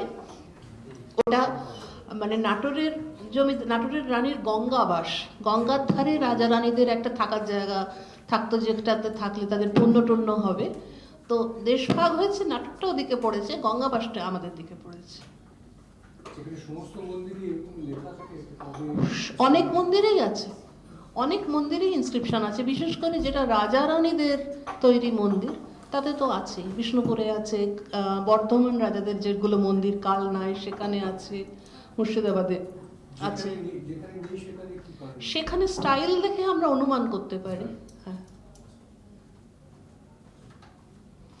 আচ্ছা, ভদ্রলোকের স্ট্যাটাস কি হবে, শ্রেষ্ঠী বা এরকম কিছু? দেখুন জমিদার হতে পারেন, ব্যবসাদারও হতে পারেন, সেটা তো বলা মুশকিল। হ্যাঁ, শ্রেষ্ঠী নয়, এটা জমিদার ক্লাসের লোক হওয়াই স্বাভাবিক, কারণ রানী মন্দির তৈরি করছেন, তিনি তো আর খুব নিচে দিকে চোখটা দেবেন না। পার্মানেন্ট সেটেলমেন্ট জমিদার, তাই তো? একদম। খানদানি জমিদার। প্রি পার্মানেন্ট সেটেলমেন্ট, পার্মানেন্ট সেটেলমেন্টের পরই ক্যারেক্টারটা কিন্তু বদলে যাচ্ছে এবং সেইটা রিফ্লেক্টেড হচ্ছে মন্দিরে। আচ্ছা, আমরা চলে আসছি আস্তে আস্তে, সময়টা যাচ্ছে একটুখানি। সাধারণ জীবন নানাভাবে এসছে, এটা ঠিক সাধারণ জীবন বলবো না, কিন্তু একটা স্লাইড আমি দেখেছি মন্দিরে সাহেবদের ছবি, কলোনিয়াল পোর্ট্রেট দেখাতে। এটা হচ্ছে বীরভূমের হেতমপুরের মন্দির, 1846 চন্দ্রনাথ মন্দির। এই মন্দিরের ইন্টারেস্টিং যেটা, প্রচুর সাহেব মেম সাহেব আছে, আপনারা দেখতেই পাচ্ছেন। একেবারে ওপরে ওরা বলে এটা ভিক্টোরিয়া, তার তলায় দুর্গা। এই হায়ারার্কিটা খেয়াল করুন যে দুর্গার ওপরে, শিব মন্দিরে দুর্গার ওপরে ভিক্টোরিয়াকে রাখা হচ্ছে, মানে হিন্দু। 1846 এ তৈরি। হ্যাঁ, ভিক্টোরিয়া তো আসবে 57 আগে না। হ্যাঁ, না, কিন্তু ভিক্টোরিয়া তখন ইংল্যান্ডের কুইন, আমাদের না। আচ্ছা, ওই সেন্সে। ওই সেন্সে। এবং তার তলায় কিন্তু একটা কোট অফ আর্মস আছে। The 1858 এর পরে she becomes হ্যাঁ, queen of মানে তার আগেও ভিক্টোরিয়ার প্রতাপ কিন্তু ভীষণভাবে ছিল, এবং ভিক্টোরিয়াকে নিয়ে কবিরা, মানে এটা সাহিত্য প্রচুর লেখালেখি হচ্ছে। না, সেটা ইংল্যান্ডে হয়েছিল, কারণ আমাদের বাংলা সাহিত্যে হচ্ছে। তা তো হয়েছিল, হ্যাঁ। ওটা তো ওখানে হয়েছিল, কারণ ওখানে তো হয়েছিল। ভিক্টোরিয়ার মতো মহিলা তো আর না, দেখেনি তারা। Victorian age. এটা কোন সময় বললেন? 46, 57 তার। আচ্ছা, এবার আমরা একেবারে সাধারণ মানুষের জীবনে চলে আসছি। এইটা একটা কথা, ওই যে মানে আগের স্লাইডটায় যে একটু মানে কম্পোজিশনটা আলাদা, মানে কালার কম্পোজিশনটা আলাদা। এটা অনেক সময় পোড়ানোর উপর নির্ভর করে, মানে ওপরটা হয়তো একটুখানি কার্বন বেশি হয়ে গেছিল, বেশি পড়ে গেছে, কালো। দুটো জিনিস আছে, একটা হলো যে এই মাঝের যেগুলো, এগুলো হলো টেরাকোটার ব্লকগুলো, বাকিটাই কিন্তু ওই চুনসুটকি আছে। মানে ওই যে ওপরের কালো যেটা, ওটা কিন্তু পঙ্খের কাজ, মানে শাঁখ পুড়িয়ে চুনের সঙ্গে মিশিয়ে ওইটা কাজ আছে। করেই রংটা বদলানো হয়েছে। হ্যাঁ, মেটেরিয়ালটা আলাদা। টেরাকোটা হচ্ছে এই ব্লকগুলো। ব্লকগুলো মাটির, পোড়া মাটির। এই ব্লকগুলো আলাদা করে রেখে তারপর বসানো হয়েছে বলে মনে হয়? হ্যাঁ, ব্লকগুলো না আলাদা, একদম ইটের মতো বানানো হয়। আচ্ছা, মানে তারপর সেগুলোকে ইটে- সাজানো হয়েছে। ইটের এক পাশটা ইটের মতো, অন্য পাশটাতে এগুলো রয়েছে, মানে ইট খুলে যখন পড়ে যায় মন্দির থেকে, তখন এই টেকনোলজিটা বোঝা যায়। আর এই নিচের এই যে কতগুলো মুখ দেখতে পাচ্ছি কয়েকটা। হ্যাঁ, এই যে এইগুলো, এইটা একটা পোর্ট্রেটের মতো, ফ্রেমের মতো একটা ইউজ করা, এটা প্রচুর হয়। কাদের দেখা, আমি যেমন ভিক্টোরিয়া এবং এসব আছে। এরা তো সাহেব পরিবার, এরাও মনে হয় ওই সাহেব টাহেবের পরিবার, কারণ এদের মাথায় টুপি আছে, গাউনের একটা কলার আছে, মানে দিশি চরিত্র নয়। হেতমপুরে এটা এই যে জায়গাটা বলছেন, আমি কিসের মন্দির এটা? শিব মন্দির। যে শিব মন্দিরের ভিতরে এইগুলো নিয়ে আসাটা অ্যাকসেপ্ট করে নিয়েছিল সবাই? করে নিয়েছিল তো, দেখাই যাচ্ছে। এবং এটা এখন একদম ঠিক, এই যে দুর্গার উপর ভিক্টোরিয়াকে বসানো হচ্ছে, এইটা মেনে নিল তারা। এখন আমি যদি করি, না, এটা যদি অনেক বেশি গোলমাল। অনেক বেশি গোলমাল। Politics of the present. সাধারণ মানুষই নিয়ে এসেছে। সাধারণ মানুষই নিয়ে এসছে। এখনকার না, এই এখানে একটা কথা একটু বলি। মন্দিরটা তাহলে শিবলিঙ্গ তখন কখন বসেছিল? হেতমপুরে যেটা রাজবাড়ি যেটা, সেখানে শিবলিঙ্গ একটা বসেছিল, তারপরে মন্দিরটা হয়েছে, বা মন্দিরটা মন্দির প্রতিষ্ঠার পরে শিবলিঙ্গ এসেছে। ওকে, আগে যখন মন্দিরটা তৈরি হয়েছে তখন এই ইন্ডালজেন্সটা ছিল যে এই কলোনিয়াল সমস্ত জিনিসগুলো ওখানে থাকবে। এবং ওই রাজারা বারে বারে তারা কিন্তু ইংল্যান্ডে টাকা পাঠাচ্ছেন, একবার করে থোক টাকা যাচ্ছে এবং তারা একটা করে উপাধি পাচ্ছেন। এবং 1911-তে দিল্লি দরবারের সময় তখনকার দিনে এই রাজারা 50,000 টাকা দিয়েছিলেন, যে জন্যে ওকে মহারাজ অমুক বলা হচ্ছে। মন্তব্যটা করলাম না মানে এরা বলে পার্মানেন্ট সেটেলমেন্ট তখন ডেফিনেটলি হয়ে গেছে। হ্যাঁ, তার ঠিক পরে হেতমপুরে কিন্তু তখন কলেজ তৈরি হয়েছে, স্কুল তৈরি হয়েছে। হ্যাঁ, এবং হেতমপুরে ইন্টারেস্টিংলি এক্ষুনি মানে যার অরুণদাই বলছিলেন ডেভিড ম্যাকাচেনের কথা, ডেভিড ম্যাকাচেন এই মন্দিরটা দেখেই ওর মানে ওই নেশাটা, পাশেই হেতমপুরের যে রাজবাড়ি রঞ্জন প্যালেস, সেখানে সত্যজিৎ রায় তখন অভিযান সিনেমার শুটিং করতে রয়েছেন। তো তখন বললেন যে যাও, এখানে অনেক মন্দির আছে দেখে এসো। দেখতে গিয়ে ওর তো মাথা ঘুরে গেল যে কি সাহেব মেম সাহেব এত মন্দিরে। সেই শুরু হলো ডেভিড ম্যাকাচেনের খোঁজা। আচ্ছা, এক মিনিট একটু, টেরাকোটটা গুলো কি তার মানে মোল্ডের উপর ইট করা? না, মোল্ড নয়, মোল্ড না, প্রত্যেকটা আলাদা। ইন্ডিভিজুয়াল না, ইট তৈরির একটা জেনারেল ইট তৈরির একটা মোল্ড আছে, কিন্তু ইটের ওপর ওপাশটা আলাদা। টেরাকোটটা ব্যবহার করা হচ্ছে, সেটা যদি ইটের মতন করে ভবিষ্যতে ব্যবহার করতে হয়, সেখানে একটা টেকনোলজির ডিফারেন্স কিন্তু থাকতেই হবে। কারণ ইটগুলো খুব স্ট্যান্ডার্ড, 2x4x6 এরকম একটা শেপ, বা সেটা তো মহেঞ্জোদারো পিরিয়ড থেকে চলে আসে। এক্ষেত্রে যেহেতু মানে পুরোটাই টেরাকোটটা, পুরোটা পুরানো হয়েছে, কিন্তু ইটের সাথে ব্যবহার করা হবে, সেই জন্য this has to come from the basic it তৈরি করার যে পুরনো টেকনোলজি, তার থেকে। আমরা এখানে there has to be some kind of mold, তা না হলে এই না, সেটা তো ইটের জন্য, কিন্তু তার উপর কার্ভিং গুলো করা হচ্ছে অন্য পাশটায়। মানে তার মানে না, দুটো হতে পারে। একটা হতে পারে আমি একটা ইট তৈরি করলাম, তারপর সেটাকে খোদাই করে সেগুলোকে সেগুলো করা মাটিতে খোদাই করা সম্ভব না। তাহলে the only other alternative হচ্ছে মাটিটাকে একটা মোল্ডের উপর ফেলে সেইটাকে পোড়ানো, পুড়িয়ে ইটের মতো। আমি বলি একটু, আমি শর্ট, এগুলো সবই প্যানেল হয়, হ্যাঁ, এবং এটা কিন্তু কনস্ট্রাকশন না, this is a scheme. Main কনস্ট্রাকশনটা এর পেছনে, মানে ব্রিকওয়ার্কটা, টেম্পল ব্রিকওয়ার্কটা পেছনে, তার উপরে আমরা এগুলো ধরার জন্য দেখবেন এই পাশে যে পঙ্খের কাজ উনি একটা বললেন, তার নিচেও ব্রিক আছে, ওটাও কিন্তু একটা brick panel, brick panel of different sizes. যেরকম আমরা আগে লাকোরি ব্রিক বলতাম, এগুলো খুব পাতলা, সেই পাতলা ব্রিক, বিভিন্ন ব্রিকেরও বিভিন্ন সাইজ আছে। কলোনিয়াল পিরিয়ডে এই যে ওভারহ্যাংগুলো, যেটা কর্নিস বলে, সেই কর্নিসগুলো আলাদা আলাদা করে তৈরি হতো ওই সাইজে, ওই শেপ অ্যান্ড মোল্ডে, এবং সেটা যদি অনেক লম্বা করে করতে হতো, ওই একটার পর একটা কর্নিস দিয়ে, যেরকম আমাদের মিডক্যাপ হল এটসেট্রা এটসেট্রা। তো এটা হচ্ছে একটা decorative feature, there is iconographic relevance of this. তো আইকনস গুলো যখন যেরকম ভাবে যে কোনো যারা যেই আইকন লাগাতে চাইছে তাদের মোল্ড করে এই প্যানেলগুলো করছে। এরকম এখনো শান্তাদি, ডিসিপিএল এ শান্তাদি এই প্যানেলগুলো তৈরি করে শান্তিনিকেতনে, আলাদা আলাদা করে প্যানেল। কিন্তু প্রবলেম হচ্ছে আপনার প্রশ্নটা যে কালার এরকম চেঞ্জ কেন, different level of fire, different level of firing এর জন্য এটা একটা। দ্বিতীয়ত এখানে মনে হয় একটা জিনিস, there should be a kind of integration.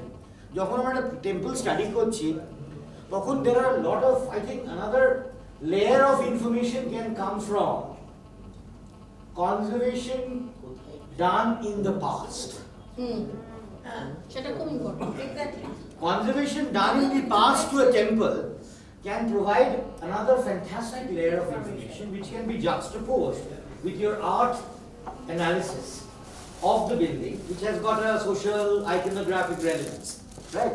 So এইটা একটা মনে হয় fantastic layer হতে পারে while studying a temple to go a little more closer to understanding its political, historical, social connotations.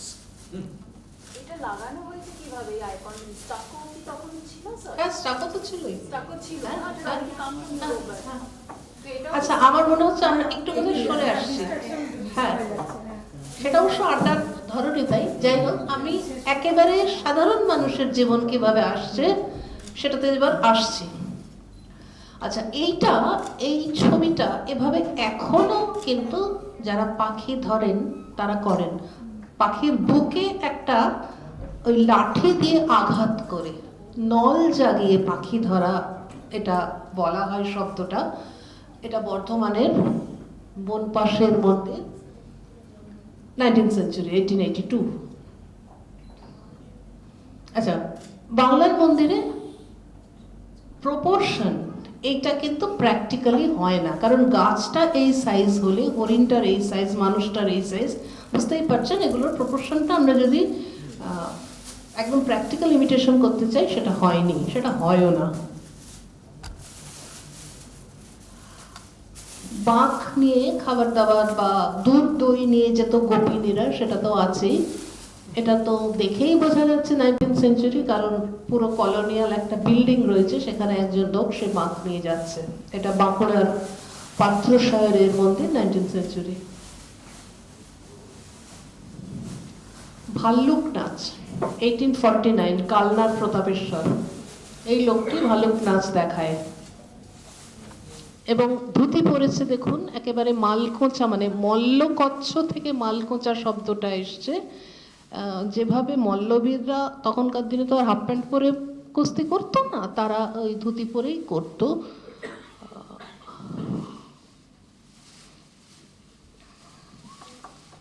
এটা বনপাশের মন্দিরে এরা মুষ্টিযুদ্ধ করছেন।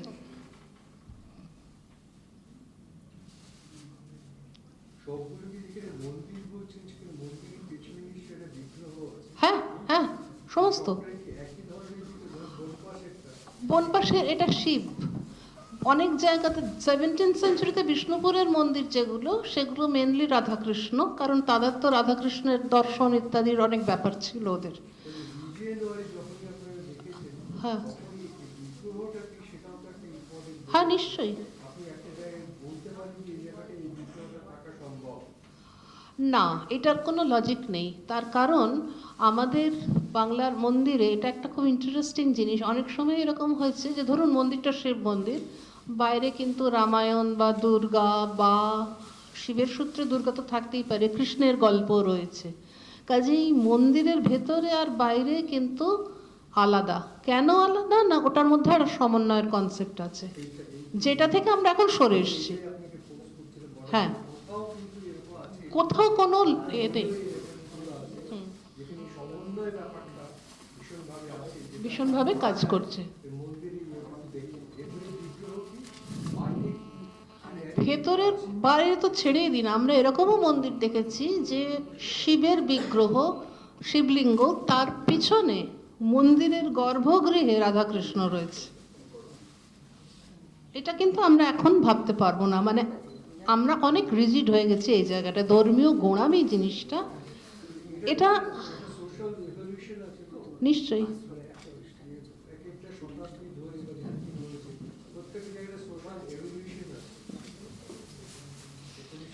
আচ্ছা, এইটা বীরভূমের গনপুরের মন্দির।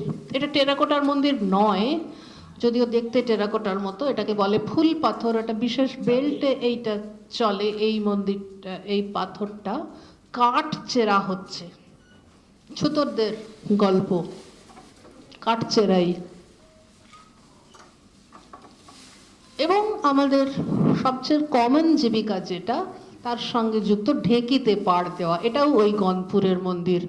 আশ্চর্যের বিষয় যে সোশ্যাল সায়েন্সের মধ্যে কিন্তু কৃষির ছবি কম, কিন্তু এরকম দু একটা আছে। বেঙ্গল তো সাংঘাতিকভাবে ইন্ডাস্ট্রিয়ালি ডেভেলপ ছিল। হ্যাঁ, কলোনিয়াল তো রেপ অফ বেঙ্গল বলা হয়। ওরা এসে এটাকে করে, ডি-ইন্ডাস্ট্রিয়ালাইজ করে। আচ্ছা, এটা হাপড়টা সাইজ একটু ছোট হয়ে গেছে, কিন্তু এটা ওই কামারশালার ছবি। এটা কিন্তু আমাদের কোম্পানি পেন্টিংসেও ঠিক এই ছবি আছে। মানে আমার ইচ্ছে ছিল পাশাপাশি দুটো রাখার, কিন্তু সময় নেই বলে আমি আর ওগুলো আনিনি। এইটা খেজুর রস শিউলি পাড়ছে, এটা বর্ধমানের বনকাটির মন্দির। আর আমাদের তো সেন্স অফ কনজারভেশন খুব ভালো, কাজে আমরা এখন এটাকে রং টং করে 12টা বাজিয়ে দিয়েছি।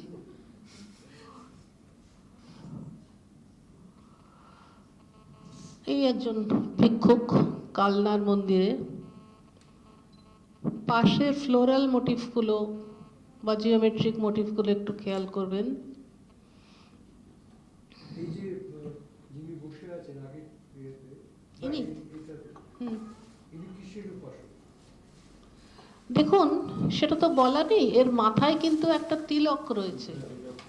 হ্যাঁ, এবং আমরা যদি জিতেন্দ্রনাথ বন্দ্যোপাধ্যায়ের বই পড়ি তাহলে দেখব যে তিলক দেখে দেখে কিন্তু কোন সেক্টের উপাসক সেটা বার করা যেত। তো এখানে তো খুব সিম্পল একটা তিলক, গলায় একটা ওই মালা জাতীয় কিছু হয়েছে।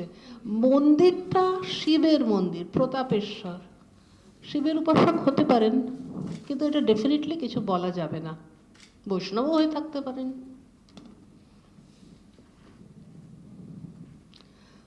এইরকম সৈন্যদের ছবি প্রচুর মন্দিরে বারে বারে এসেছে, এটা খুব কমন, সার বেঁধে। এবং অনেক সময় আছে এখানে তো তাদের ঊর্ধ্বাঙ্গটা দেখা যাচ্ছে, অনেক জায়গায় আছে শুধু মুন্ডুটা। এটা বীরভূমের ইটন্ডার জোড় বাংলা মন্দির, এটাও 18th সেঞ্চুরি। তকলিতে সুতো কাটা হচ্ছে, এটা আটপুরের মন্দির হুগলির, এটাও 18th সেঞ্চুরি, 1786। আমার মনে হচ্ছে 15 মিনিট অনেকক্ষণ বেরিয়ে গেছে, বুলাদি বকবেন, আমি গুটিয়ে আছি। হ্যাঁ, আচ্ছা, এইটা হচ্ছে ওই ছোট ছোট ঝুড়িতে খ্যাতলা জালে মাছ ধরা বাঁকুড়ার, এবং মাছটি ধরছেন মহিলা, হদল নারায়ণপুরের। এক্স্যাক্টলি, ঢাকির ছবি। আমি শুধু ছবি, মানে আমি ব্যাখ্যায় যাচ্ছি না।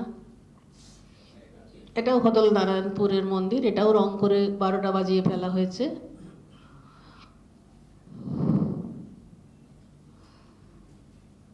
অনেকেই কিন্তু, অনেক সাধারণ মানুষ খুব স্বাভাবিকভাবে তারা কিন্তু এই রাজা রাজরা অভিজাতদের সঙ্গে যুক্ত, যে এই যে লোকটি বাজনদার, যারা বাজনা বাজাচ্ছে, রাজারা শিকারে যাচ্ছেন, তারা ঘোড়ার পিঠে রয়েছেন, তলায় একটা কুকুরও রয়েছে, তো পেছন পেছন যারা বাজনা নানা রকম মিউজিশিয়ানদের ছবি মন্দিরে এসছে।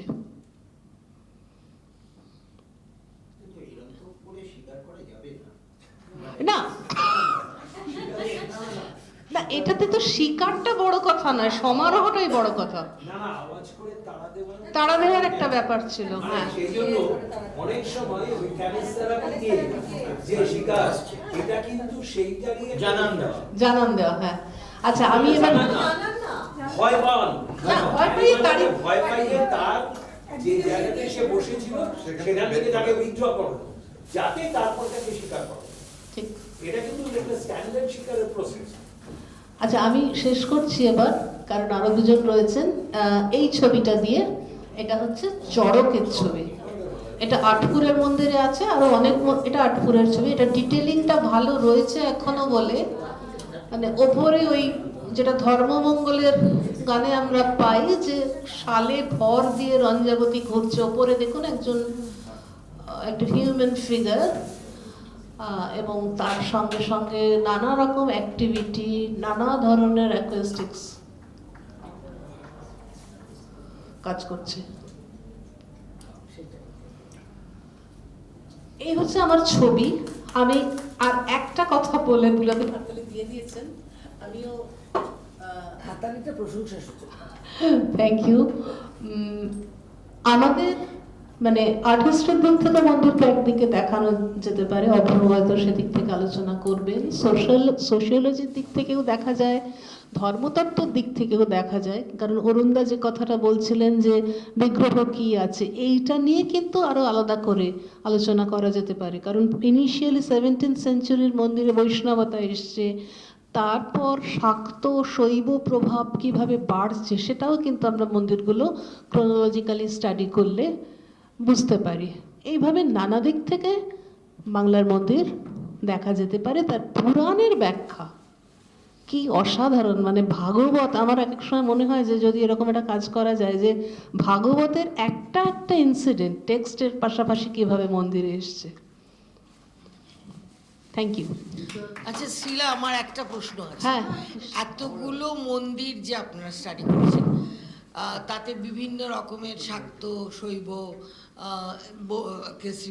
কৃষ্ণ ইত্যাদি বিভিন্ন পেয়েছেন, বা দুর্গা চণ্ডী, কোথাও হিন্দু কথাটা লেখা আছে? না, নেই না? না। I got my answer.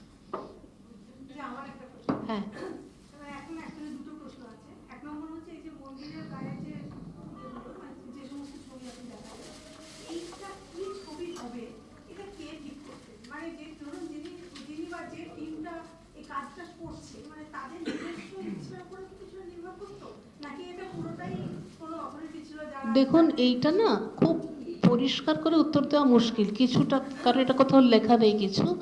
যেমন প্রাচীন যুগে আইকনোগ্রাফির নির্দিষ্ট বই হতো, কোথায় কি থাকবে সেটা বলা হতো, কিন্তু মিডিয়েভেলে বা লেট মিডিয়েভেলে তো সেরকমভাবে আইকনোগ্রাফি ফলো করা হতো না, কিন্তু একটা ট্র্যাডিশন ছিল। আর পেট্রনরা তারা তো কিছুটা তো নিশ্চয়ই গাইড করতেন। যেমন আমি একটা কথা বলছি যে বিষ্ণুপুরের মন্দিরে বারবার এই কথাটা বলা হচ্ছে যে মন্দির তৈরি করা হচ্ছে কেন, অভিপ্রায়টা কি না, রাধাকৃষ্ণ আমোদ, রাধাকৃষ্ণের আমোদ শব্দটাই ব্যবহার করা হচ্ছে ইনস্ক্রিপশনে, যে রাধাকৃষ্ণকে আমোদ দেওয়ার জন্য মন্দির, তাহলে সেটা তো পেট্রনরা বলছেন। এবার শিল্পীরা সেই হিসেবে কাজটা করছেন। এইটা মানে দুটো দলেরই ভাগাভাগি একটা কাজ, তবে শিল্পীদের মধ্যে একটা ট্র্যাডিশন থাকতো, আর শিল্পীরা তো একটা জায়গা থেকে আরেকটা জায়গা মুভ করছেন। তারা অনেক সময় আমরা দেখছি যে ধরো যে বনপাশে শিল্পীদের একটা থাক বলা হয়, মানে এটা গোষ্ঠী ছিল, তারা যখন মুভ করছেন বর্ধমানের কোনো গ্রামে, শ্রীবাটি বলে একটি গ্রামে, এক টাইপের মোটিভ আমরা দেখছি। কাজেই সেইখানে একটা কন্টিনিউইটি, একটা প্যারিটি কিন্তু থাকছে। আমার এটা মনে হয়েছিল যে তাঁতের শাড়ির পাড়ে যেমন বিভিন্ন আধুনিক যা দেখেন শিল্পীরা, সেইটা তাদের ইচ্ছে মতো শাড়ির পাড়ে অনেক সময় তুলে এনেছেন, তার একটা ট্রেডিশন আছে। সেরকম এইখানে যখন দেখলাম যে সাহেবদের মুখগুলো এসেছে, এমন হতেই পারে ওরা এই জিনিসটা দেখতে শুরু করেছেন মানে একটা আধুনিক জিনিস হিসাবে। নিশ্চয়ই। এই যে সাহেবদের মুখ আমাদের কাঁথাতে আছে। আমি আজকেই দেখছিলাম, একটা বই পড়ছিলাম আস্তে আস্তে, যে পুঁথি যারা লিখছেন তারা মেম সাহেবদের ছবি আঁকছেন পুঁথির পাতায়, মঙ্গল কাব্যের পাতায় মেম সাহেবের ছবি, ভাবুন। এই জিনিসটা কিন্তু আমাদের ট্র্যাডিশনে আছে। আমি কত আর দেখাবো, একটা মেদিনীপুরে একটা মন্দির আছে, তাতে ইঞ্জিনের ছবি দেখানো হচ্ছে। এরকম প্রচুর উদাহরণ দেওয়া যায়। গোবর্ধন মন্দির নিশ্চয়ই আপনারা দেখেছেন, ওই ওখানে আমি দেখেছি মানে ঠাসা হচ্ছে যুদ্ধের ছবি। হ্যাঁ, মানে যুদ্ধে যাচ্ছে বিভিন্ন রকম অস্ত্র, এইটা কি মানে এটা কিসের প্রভাব? ওখানে অত যুদ্ধের ছবি, ওটা তো রাজাদের তৈরি মন্দির, রাজাদের তৈরি মন্দিরে যুদ্ধের ছবি, যুদ্ধ, শিকার, বিলাস, এগুলো খুব থাকতো। রাজারা যুদ্ধ, আর রাজসভার মানে রাজাদের আশেপাশে যারা থাকতো তাদের কিছু জিনিস তাদের চাহিদার মধ্যে থাকতো। প্রেমের গল্প থাকতে হবে, শৃঙ্গার রস আমরা বলি বাংলা সাহিত্যের লোকেরা বা সাহিত্যের লোকেরা, বীর রস, যুদ্ধের গল্প তো থাকতেই হবে। আছে, তাও আছে। হ্যাঁ, পড়াশোনা করার ছবি, মেয়েরা বই পড়ছে সেই ছবি আছে। কত দেখাবো? অভ্রর কাছে মোটে ৮০,০০০ ছবি আছে। বলছি অভ্রর কাছে মোটে ৮০,০০০, বেশি ছবি নেই। আমি তার মধ্যে ২০টা দেখিয়েছি। কলোনিয়াল আধুনিক ময়লা একদিনে সাফ হবে না, ওনাকে আবার ডাকতে হবে। আমি অভ্র বসুর একটু ইন্ট্রোডাকশন দিয়ে নিই। আচ্ছা, আমি একটা প্রশ্ন করবো একটুখানি। আমি একটু অভ্র বসু একটু স্টার্ট করি, পারতো? অভ্র বসু একটু স্টার্ট করি। না, আপনি প্রশ্ন দিতে হবে। আচ্ছা বেশ, তাহলে ঠিক আছে, 4:30 বাজে তাই করি। আমার কোনো আপত্তি নেই। আপনি এখন অন্যরকম বলছেন, একটু আগে বলেছেন তাড়াতাড়ি ছেড়ে দিন। কে বলেছে? আপনি আমি? তার কারণ ওরা বাড়ি নিয়ে আচ্ছা ঠিক আছে, বলুন বলুন। এর মধ্যে প্রশ্ন হয়ে যাবে। আপনি যেটা বললেন না বলেননি, সেটা হচ্ছে এই যে বিষ্ণুপুরে এই যে রাজারা, মল্ল রাজারা, এরা তো নিজেদের রাজস্থান থেকে এসেছেন বলে তার পেছনে গল্প আছে। এখন কোনোভাবে কি সত্যি বলা যায় যে এনারা সত্যি রাজস্থানী কোনো ট্র্যাডিশন এনাদের এই আর্কিটেকচারের মধ্যে ছিল, অথবা এটা ওনারা জাস্ট মানে গ্লোরিফাই করার জন্য? আসলে এরা মানে আপনার মাল পাহাড়ি যারা বেসিক্যালি বুঝতে পেরেছি আমি প্রশ্নটা। দেখুন, এদের আর্কিটেকচারে সেই অর্থে রাজস্থানের নেই, কিন্তু অর্নামেন্টেশনে একটা জিনিস আছে, রাজস্থানের আছে কিনা এটা নিয়ে কোনো প্রমাণ নেই, কিন্তু অর্নামেন্টেশন একটা খুব ইন্টারেস্টিং জিনিস আছে, ছবি আমার সঙ্গে আছে, আমি দেখাতে পারি। সেটা হচ্ছে বিষ্ণুপুরের শ্যামরায় এবং জোড়বাংলা মন্দিরে একটা মোটিভ আছে, যে একটা পাখি উঠছে আর পাখির পা ধরে কয়েকটা হাতি ঝুলছে। তো যখন আমরা প্রথম দেখেছিলাম এটা কি বস্তু বুঝতে পারিনি, তারপরে অভ্র দেখালেন যে আমরা ওরছায় যখন ফ্রেস্কো দেখছি সেখানেও সেই জিনিসটা আছে। পরে আমাদের মাস্টারমশাই তুললো, মাস্টারমশাই বলবো, অধ্যাপক অশোক কুমার দাস, তিনি বললেন যে ওটা মুঘল পেন্টিং এর জিনিস, চুঙ্গাল চিড়িয়া। হ্যাঁ, মানে ওটা হচ্ছে একটা বিরাট শক্তিশালী পাখি যেটা শাহানামাতে আছে। সেই পাখিটা অলৌকিক শক্তি সম্পন্ন, উড়ে যাচ্ছে, তার হাত মানে হাতির সমেত উড়ে যাচ্ছে। এই তার মানে মুঘল দের সঙ্গে একটা কানেকশন, কিন্তু রাজস্থান না হলেও ধরুন মুঘল পেন্টিং, মুঘল কার্পেটে চুঙ্গাল চিড়িয়া বলে না, ওরা বলে সিমুর্গের একটা যোগাযোগ। এটা একমাত্র ওই বিষ্ণুপুরের দুটো মন্দিরেই আছে, আর কোথাও নেই। হতে পারে, হ্যাঁ হ্যাঁ, ওই যোগাযোগটা আকবরের সময় থেকে তো ছিলই। আচ্ছা, অধ্যাপক অভ্র বসু, ওনার পড়াশোনা হচ্ছে, সরি আমি again speaking in Bengali, he studied at South Point School and Jadavpur University, and he joined Vishwa Bharati in 1995. He has lots of publications actually. Bangla slang, Shomikha Obidar, I have no alternative in this one. Gitanjali Ishwar, Shabdo Golpodrum, Bangla Utpotti Obidar, Rabindranath, এবং 19 শতকে বাঙালির বুদ্ধি চর্চায় ব্রাহ্ম সমাজ। His main area of work actually is Rabindranath and 19th century society, culture and literature. And he is very interested in music, temples of Bengal, photography, paintings, etc. So he is a multi-talented person, and Professor Abdul Bhushan.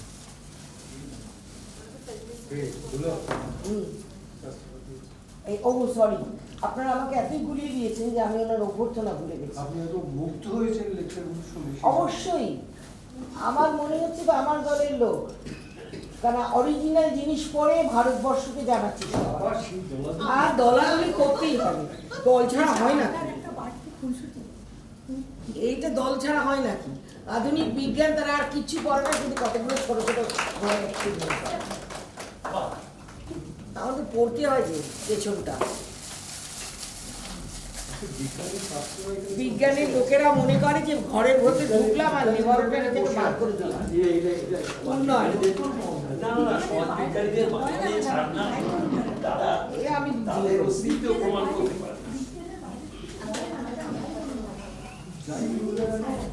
আমি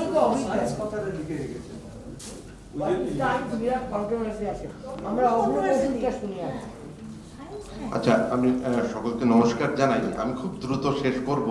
আমি খুব ছোট্ট একটু বিষয় নিয়ে এসেছি। আমি আর ইংরেজি বাংলা মেশানোর চেষ্টা করছি না, বাংলাতেই বলছি। আমার মনে হয় খুব অসুবিধা হবে না, কেননা আমি ছবিতেই করে দেবো। আচ্ছা, আমার আগে শ্রীলা বলাতে আমার খানিকটা সুবিধা হলো এই কারণে যে এটা আমরা বুঝে গেছি যে বাংলা মন্দিরে ন্যারেটিভ আছে। 2 নম্বর হলো যে মন্দিরের ন্যারেটিভগুলো দেবদেবী ইত্যাদি নিয়ে হয়। যেহেতু মাটির তৈরি, মোটামুটি ইটের সাইজ, সেহেতু যে মূর্তিগুলো মন্দিরে পাচ্ছি জেনারেলি সেগুলোর আয়তন খুব ছোট। বাংলা মন্দিরে কিন্তু খুব বড় আকারের মূর্তি নেই। পাথরের মূর্তি যেরকম বড় হতে পারে, বাংলায় সেরকমটা হতে পারে না। মানে 1 ফুট চওড়া একটা প্যানেল পাওয়া খুব বিরল একটা ঘটনা, ফলে জিনিসটা ছোট। এখন এই যে এতগুলো ছোট জিনিস, তার মধ্যে আমি ঠেসে দিচ্ছি ন্যারেটিভ। মানে মন্দিরগুলো পড়াটা, মানে একটা মন্দির দাঁড়িয়ে পড়াটা কোনটা কি, সেটা কিন্তু অনেক সময় খুব সময় সাপেক্ষ একটা বিষয়। আমি যে বিষয়টা নিয়ে আজকে আলোচনা করব সেটা খুব চেনা জিনিস, সেটা হচ্ছে দুর্গা। বাংলা মন্দিরে দুর্গা। 2-3টে অবজারভেশন থাকবে আমার। আপনারা ইতিমধ্যেই জেনে গেছেন যে আমি বেসিক্যালি ছবি তুলি, পড়াশোনা করি না মন্দির নিয়ে। শ্রীলা আরেকটা কথা বলেননি, আমি শুধু শ্রীলার ফটোগ্রাফার নই, আমি শ্রীলার ড্রাইভারও বটে। ফলে গ্রামে গ্রামে আমি খুব কঠিন কঠিন রাস্তাতেও আমাকে অনেক সময় ঢুকতে হয় এবং প্রায় ফেঁসে যেতে হয়। এবং এই মন্দিরগুলোতে গিয়ে আপনি তো বিষ্ণু বাগদির কথা বললেন। হ্যাঁ, বিষ্ণুকে অনেকদিন ছেড়ে দেওয়া হয়েছে, এখন মন্দিরে আমি যাই। খুব মানে বেশি হলে বিষ্ণু। আচ্ছা, কেননা বিষ্ণু যখন শুরু করেছিল তখন আমি গাড়ি চালাতেই জানতাম না। আচ্ছা, যে কথাটা আমার বলবার কি হলো, যে এই প্রায় 20 বছর ধরে চাপে অনেক সময়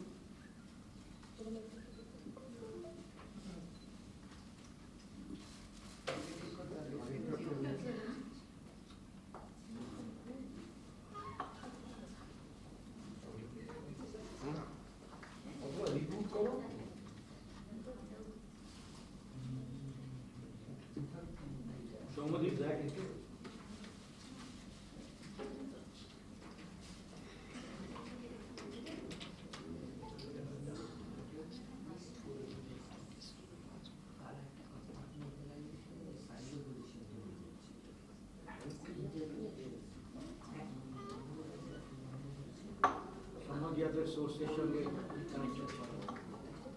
কন্ট্রোল অফ গেট করে রিপোর্ট করো। স্লাইড শোতে করেছেন? হ্যাঁ, ঠিক আছে, আমি করে দেবো, ওটাও ঠিক আছে। মানে আমি প্রায় 85,000 ছবি তুলেছি মন্দিরের শুধু। ফলে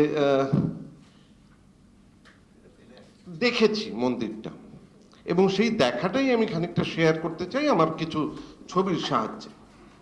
যে কথাটা আগে উঠছিল যে মন্দিরে কোনো নির্দিষ্ট নিয়ম আছে কিনা, এবং শ্রীলা যেটা বলেছেন যে কোনো মানে আইকনোগ্রাফিক রুল কিছু নেই, কিন্তু একটা ট্র্যাডিশন আছে।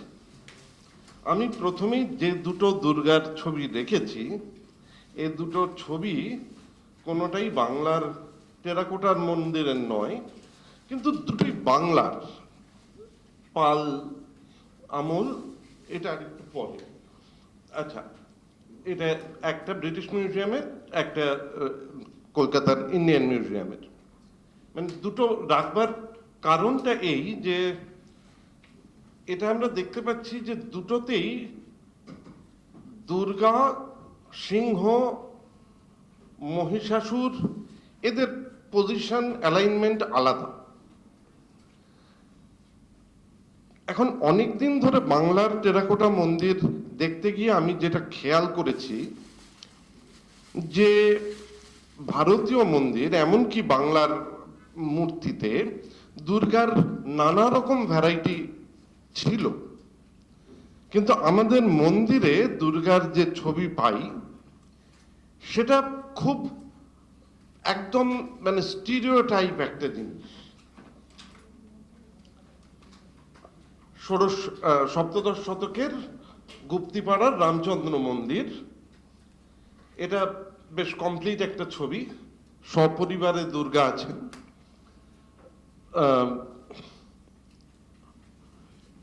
এদিকে সরস্বতী, এদিকে লক্ষ্মী, নিচে গণেশ, কার্তিক।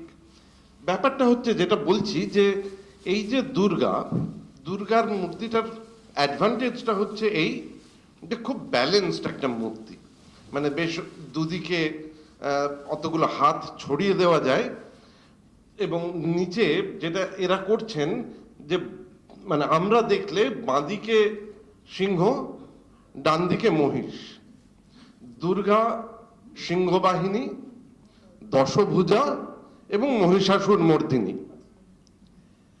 আগাগোড়াই দেখব যে মহিষাসুরের ডান হাতটা তার বুকের দিকে রয়েছে, একটা তলোয়ার তার হাতে, এবং সেই ডান হাতের কনুইয়ে সিংহ কামড় মারছে। পরের ছবিগুলোতে আরো স্পষ্ট হবে, এটা একটু হেজি লাগতে পারে। এবং দুর্গার হাতে বল্লম, সেটা বুকে নামছে। বল্লম ছাড়াও কোনো কোনো জায়গায় দুর্গাকে পাচ্ছি। বাঁ হাতে দুর্গার কখনো কখনো সাপ, আর কখনো কখনো মহিষাসুরের চুলের মুঠি। এটা খুব কমন একটা প্যাটার্ন, এর প্রায় নড়চড় নেই। হ্যাঁ, নিশ্চয়ই। না, সিংহটার ক্ষেত্রে এটা অনেক সময় আমরা যেটা লক্ষ্য করব, আরেকটু পরে আরেকটু স্পষ্ট হবে, যে সত্যি সত্যি সিংহের চেহারা মানে টেরাকোটার দুর্গায় প্রায় কোথাও খুঁজে পাবো না। অনেক সময় সেগুলোকে মানে ওই হয় সিংহ বলা হচ্ছে, ঘোড়ার মতন প্রায় তার চেহারাটা। কিন্তু আপনি একদম ঠিক বলেছেন।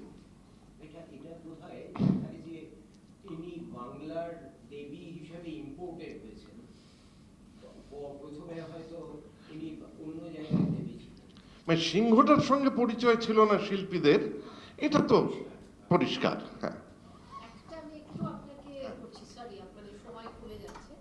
আমরা রিসেন্টলি দুর্গা নিয়ে কাজ করছি, again from a social science perspective. মুক্তিপাড়াটা খুব ইম্পর্টেন্ট। আমি এই জিনিসটার কথা জানতাম না। আমাদের রিসেন্টলি একটা বই বেরিয়েছে, সেটা আপনাদের সাথে মানে লিঙ্কটা শেয়ার করবো। মুক্তিপাড়ায় কিন্তু এই যে দুর্গার পুজোটা, হ্যাঁ, এবং এই যে পুরো সপরিবারে দুর্গাকে দেখা যাচ্ছে, মহিষাসুর মর্দিনীর সেই পাল যুগ ইত্যাদি সেই স্কাল্পচার নিয়ে, এটা মুক্তিপাড়ার তো একটা খুব ইম্পর্টেন্ট ইয়ে আছে। নিশ্চয়ই আপনারা সেই ইতিহাসটা দেখেছেন। দুর্গাপুজোর ইতিহাসে মুক্তিপাড়া কিন্তু ফার্স্ট শুরু হচ্ছে। আচ্ছা, এইটাতে যেমন অনেকটা স্পেস আছে, মানে এরা স্পেসটাকে পেয়েছেন, ওই ত্রিখিলানের মাঝখানের খিলানটায় অনেকটা স্পেস পেয়েছেন। বেশ ওপরটায় সুন্দর করে একটা ঝালর দেওয়া একটা চালা, পাশে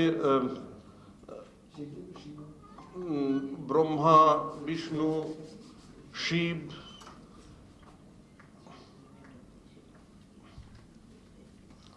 এর পাশাপাশি অমরাগুড়ির দধিমাধব মন্দির, এটা কিন্তু অনেক সিম্পল, এটাতে আর বাকি পরিবার নেই, কিন্তু দুর্গার রয়েছেন মহিষাসুর মর্দিনী, দশভুজা, সিংহবাহিনী।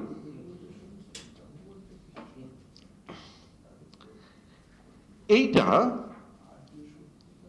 পরিবারটাকে ভেঙে দেওয়া হলো কয়েকটা টুকরে, মানে এই যে স্পেসটাকে এরা ইউটিলাইজ করছেন, এবং এই স্পেস ইউটিলাইজেশনের সঙ্গে সঙ্গে যেটা খেয়াল করব, যে এই যে মানে প্রায় বাড়ির মতন একটা ফর্মে তিনজনকে আলাদা আলাদা কম্পার্টমেন্টে রাখা, এইটাতে এখনো আসেনি, কিন্তু এরপরেই এই প্যাটার্নটায় আমরা দেখব যে বাড়িগুলো খুব কলোনিয়াল স্ট্রাকচারের লক্ষণগুলো সমেত এসে যাচ্ছে। এটাতেই সেই ভাবটা আসতে শুরু করে দিয়েছে। এই দুর্গাটা খুব সুন্দর, এবং আমি একটা কথা বলি যে এই ছবিগুলো কোনোটা 2006 সালে তুলেছি, কোনোটা 2009 সালে তুলেছি। এইটা যখন তুলেছি আপনারা দেখতে পাবেন যে এর গায়ে অলরেডি সিমেন্ট পড়তে শুরু করে দিয়েছে, কেননা মন্দিরটা তখন সংস্কার হচ্ছে। হ্যাঁ, মানে আমি কিন্তু তারপর আর দেখিনি, আমি জানি না এটা এখন কি অবস্থায় আছে, কেননা শ্রীলা যার ছবি দেখিয়েছেন, আমিও পরে কিছু ছবি যা দেখাবো সেগুলো কিন্তু এখন আর গেলে দেখতে পাওয়া যাবে না। তারপর প্রবল রঙের পোচ পড়ে গেছে, সেগুলোকে আর চেনাই যাবে না। আচ্ছা, দুর্গার মুকুটটা কিরকম? তাতে কি কোনো রকম ইনফ্লুয়েন্স আছে বলে মনে হয়? মুকুটে আলাদা করে খুব ইনফ্লুয়েন্স আছে বলে মনে হচ্ছে না আমার কিছু, যদি আপনারা কেউ কিছু সাজেস্ট করেন। ভীম সাহেবের ইয়ে মনে হচ্ছে। হ্যাঁ, ভীম সাহেব একটু না, সেটা আমার খুব ইন্টারেস্টিং, জানেন? ভীম সাহেবের একাধিক মুকুট পড়ে না, কিছু পড়ে না কিন্তু। এ আবার ভীম সাহেব over generalize করা হয়। পরে ভবিষ্যৎ কালের সাথে ভীম সাহেবরা over এখানে আমরা generalize 18th করে। সেঞ্চুরিতে দেখছি, আপনি বলছেন ধরুন আলাদা স্ট্রাকচার, কিন্তু আমার মনে হচ্ছে যে একচালা ভেঙে যে ওটা দুর্গাপুজোর ঠিক, ইতিহাসের ঠিক। সাথে কিন্তু আছে, এবং সেটা অনেক পরের ফিনোমেনন। এবং এই যে দুর্গার ধরনটা, যে হাতগুলো উপরে, হ্যাঁ, মানে মূল যে দুটো হাত তার উপরে বাকি 8টা হাত, এইটা আমরা মুর্শিদাবাদের দিকে খুব দেখি। মানে সেখানে একদম মানে চারটে হাত একসঙ্গে ক্লাব করে প্রায় জুড়ে দেওয়া, কিন্তু এই দিকটায় কিন্তু সেটা কম, এখানে হাত জেনারেলি আরো ছড়ানো। মেন দুর্গার ফ্রেমটা তৈরি করে তারপর প্রক্ষিপ্ত দশভূজা করতে হবে বলে দেখুন, এই হাতগুলো তলায় থাকছে, ফলে মেন দুর্গা করে তাকে প্রক্ষেপ করাটা কঠিন। হাত তো এইগুলো আগে হতেই হবে। কিন্তু সেটি ইউজুয়ালি থাকে সব করা, মানে আগে থাকে। হ্যাঁ, মানে আগে থাকে। তাই বলছি যে পর নয়, এইখানে মানে 8টা, আমি পরে আসছি যে যেখানে 4টে করে হাত ওপর দিকে দুদিকে জুড়ে দেওয়া হয়েছে জাস্ট।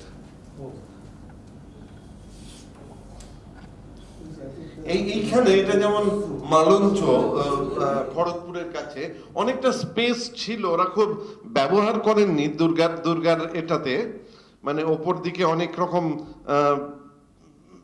কি বলবো, অনেক রকম স্ট্রাকচার তৈরি করে দুর্গার জন্য স্পেসটা খুবই কম পড়ে গেছে। সিংহটা তো প্রায় মিলিয়ে যাচ্ছে ছবিটার মধ্যে, কিন্তু চুলটা ধরেছেন বেশ জম্পেশ করে।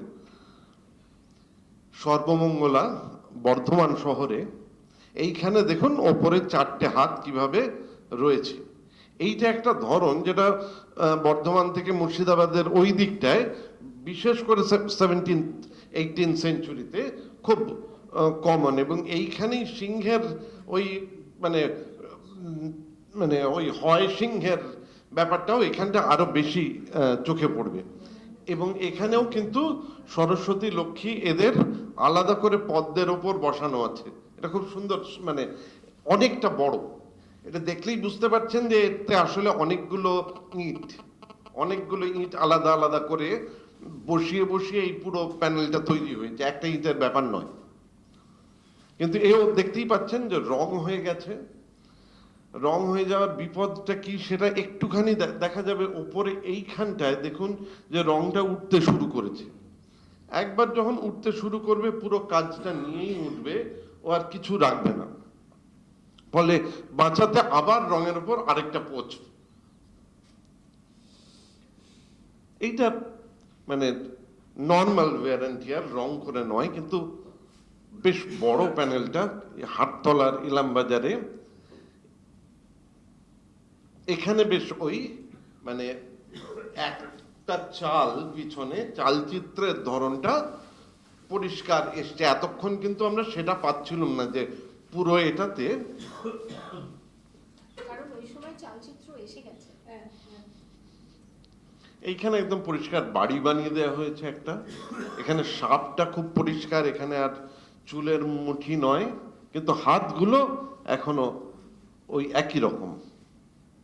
সিংহ একটা অদ্ভুত চেহারা। সিংহের ওই ওই ওই চেহারাটাই কমন চেহারা, মানে অ্যাসোসিয়েশনের আপনার কি ইন্টারপ্রিটেশন? সাপটা দেখা যাচ্ছে, মানে সাপ অ্যাসোসিয়েটেড উইথ মনসা। এখানে দুর্গার না, সাপ তো শিবের সূত্রে সাপ। হ্যাঁ, না কিন্তু মানে এই আইকনোগ্রাফির আপনি কি ইন্টারপ্রিটেশন দেবেন যে দুর্গার সাথে যে আমরা সাপটা দেখছি, এটার আপনাদের মানে আমি জাস্ট জানতে চাই। মানে দুর্গার সঙ্গে সাপের মানে ইমিডিয়েট এটা কিন্তু শিব, মানে মনসা নয়। না না, সেটা বুঝতে পারছি, কিন্তু এটা আমার আইকনোগ্রাফিক্যালি খুব ইন্টারেস্টিং লাগছে যে সাপের অ্যাসোসিয়েশন। তো আরো অনেক মানে সাপ তো আমাদের মানে আমি তাই জানতে চাইছি। এমনি যেটা মানে মানে সর্বজনীন দেবী পূজা, তাতেও তো সাপ থাকছে। তাহলে কি আপনি দুর্গা বলবো তো না, কারণ মানে দুর্গা মহিষাসুর মর্দিনী তো যখন মহিষাসুর মর্দিনী তো এক্স্যাক্টলি, তো মানে এটা সচরাচর সবসময়, মানে আমি মন্দিরের এতে বলছি না, মানে আদারওয়াইজ মূর্তি বড় কিছুতে আমার অজ্ঞতা, আমি দেখিনি, মানে আমি তাই আপনাদের আইকনোগ্রাফিক ইন্টারপ্রিটেশনে জানতে চাইছি যে এটার একটা মানে আপনাদের কিভাবে ইন্টারপ্রেট করবেন, কেন এটা হচ্ছে, এটা কি কোনো কাল্টের কোনো ব্যাপার আছে, কোনো কাল্ট প্র্যাকটিসের রিফ্লেকশন কি পাওয়া যাচ্ছে?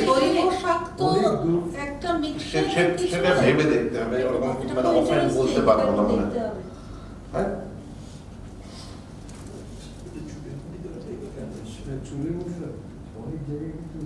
ক্ষীরপাই পশ্চিম মেদিনীপুর, এইখানে দেখুন হাতগুলো অনেক মানে ছড়িয়ে দেওয়া, এবং মানে ডান দিকে ওপরে দুটো নিচে দুটো, মাঝের হাত থেকে বল্লমটা যাচ্ছে, এবং এই যে বল্লমটা যাচ্ছে তার যে অ্যাঙ্গেলটা, তার যে ট্র্যাজেক্টরিটা, মানে সেটা যতটা ভার্টিক্যাল হয় ততটা ফোর্স বেশি হয়। আমি একটা ছবি দেখেছি পরে, সেটা দেখাবো একটু অন্যরকম। এই 4 বাংলা মুর্শিদাবাদ, এইখানে দেখুন একেবারে ওপরে চারটে চারটে হাত, এইখানে ওই সিংহের ধরনটা, মানে এই সিংহকে মানে সিংহ বলে চেনাটা খুব কঠিন প্রায়, বিশেষ করে বাঁদিকে যে ছবিটা আছে তার পিছনে সিংহের কেশর, মানে সেটা প্রায় ঘোড়ার কেশরই হয়ে গেছে আর কি।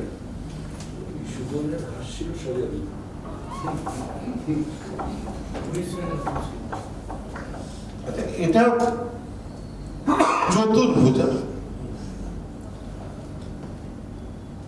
গোকর্ণ মুর্শিদাবাদ, কিন্তু বাদ বাকিটা সমান, ওই একই ভাবে মহিষাসুর, ওই একই হাতে কামড়াচ্ছে সিংহ, এবং বল্লমটা এসে নামছে, মানে এইটা যে বাংলার প্রায় 3টে শতক জুড়ে মন্দির হচ্ছে, দুর্গা হচ্ছে, বিভিন্ন জেলায় হচ্ছে, কিন্তু এই জিনিসটা মোটামুটি একই থাকছে। এইটা ছবি তোলা খুব মুশকিল, কেন তারাপীঠের মন্দির কন্টিনিউয়াস পুজো হচ্ছে ভিড়ের মধ্যে থেকে, কিন্তু মন্দিরে ঢোকবার মূল দরজার উপরেই এটা আছে। আপনারা যদি কখনো যান খেয়াল করবেন, এখানেও চতুর্ভুজা, এবং এখানে কিন্তু সরস্বতী লক্ষ্মী কার্তিক খানিকটা জায়গা পেয়েছে, গণেশ বেচারা খুব ছোট্ট হয়ে গেছে ওইটুকুর মধ্যে কোন রকমে। টুনি বাল্বের তারটাও পেয়েছি, টুনি বাল্বের তার তো ওটা তো প্রধান, মানে এই চতুর্ভুজা থেকে দশভুজা, এই ট্রানজিশন বা আদারওয়াইজ এর কি কোনো সোশিও কালচারাল ইন্টারপ্রিটেশন আছে?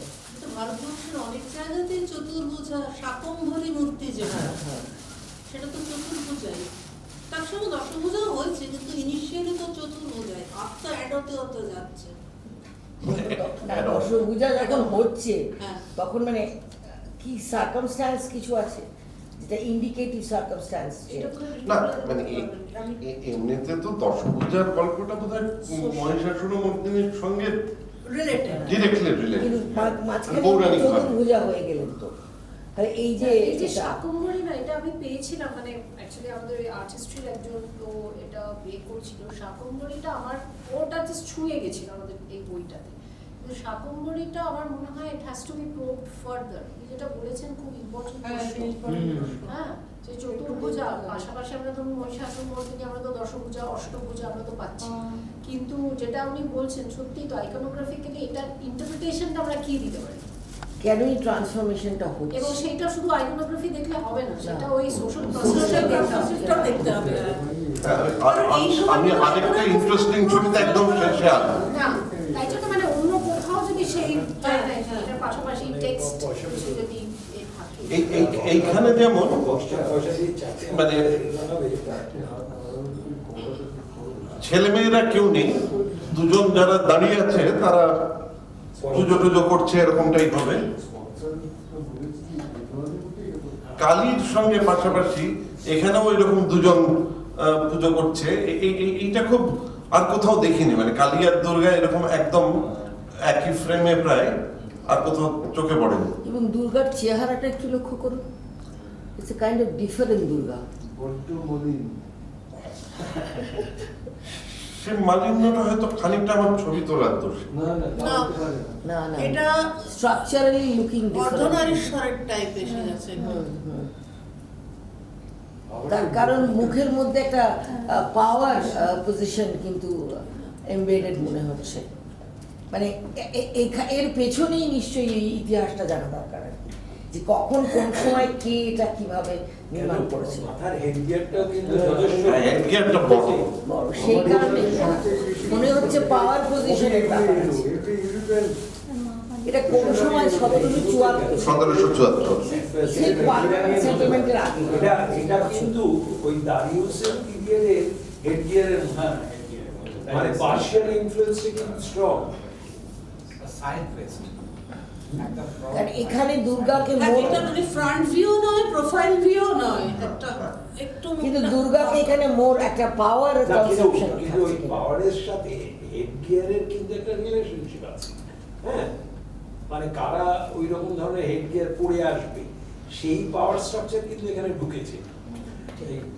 ওরা যেটা বলছে যে মুখের চেহারা বা ইত্যাদি, সেটার কারণটা কিন্তু ওই ফ্রেমটা দেখলে কিন্তু পরিষ্কার বোঝা যায় যে স্ট্রাকচারালি মানে পাওয়ারটাকে বোঝাবার জন্য ওই রকম ধরনের হেডগিয়ারই করা হয়েছে, এবং সেটা কিন্তু টিপিক্যাল মানে অন্য জায়গায় যে দুর্গা মূর্তি তার যে তার থেকে অনেক আলাদা, অনেকটা ভিন্ন সেই জন্য।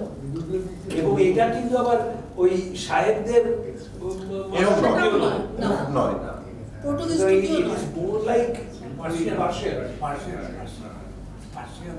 ওই তো দারিউসের Persian and probably somewhat Greek.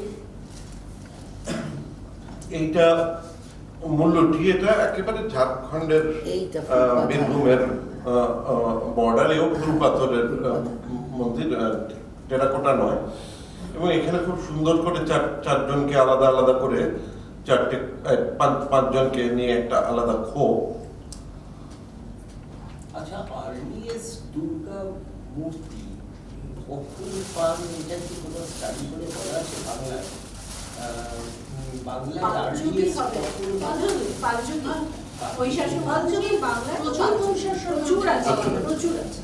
তার আগে ওই 8-9 সেঞ্চুরি, তাই তো? ওই যে ব্রিটিশ পিরিয়ডে যে দুর্গা প্রথম দেখালো ওটা তো আর্লিয়েস্ট একটা প্রচুর আছে হ্যাঁ, 5 জন প্রচুর আছে, এখানেও তো আছে, আমাদের মিউজিয়ামে আছে, মিউজিয়ামে আছে। এবং এটাতে দেখুন মানে কার্তিকটা খুব ইন্টারেস্টিং, কার্তিকের পিছনে ময়ূর কিন্তু পেখম মেলে আছে।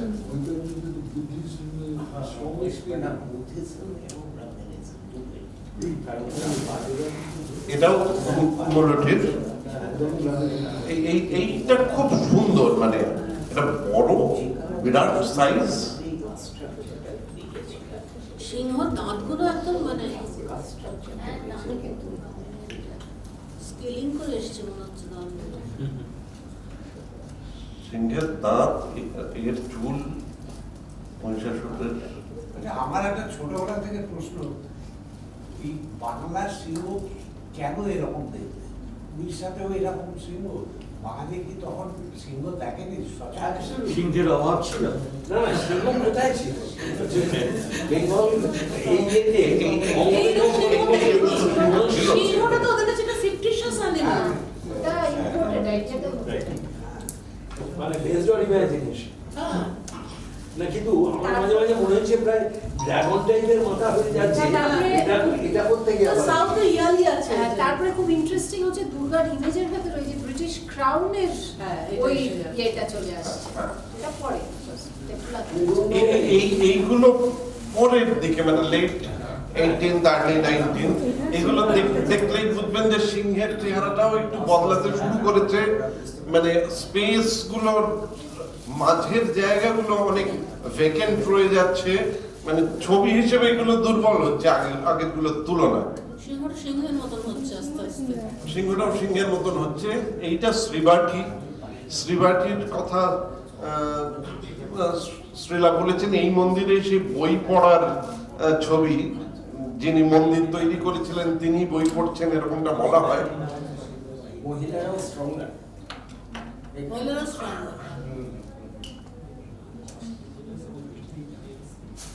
এটা তিলন্তপাড়ায় খুব ছোট্ট একটা ফ্রেমে খুব সুন্দর এই মানে ইউটিলাইজেশনটা, এবং সিংহের কেশরের ধরনটা কিন্তু এবার অনেক অন্যরকম হয়ে গেল, মানে এটা আগের সিংহের মতন নয়।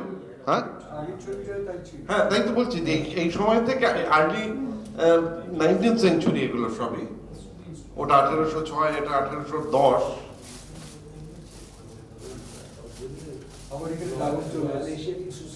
এটা হ্যাঁ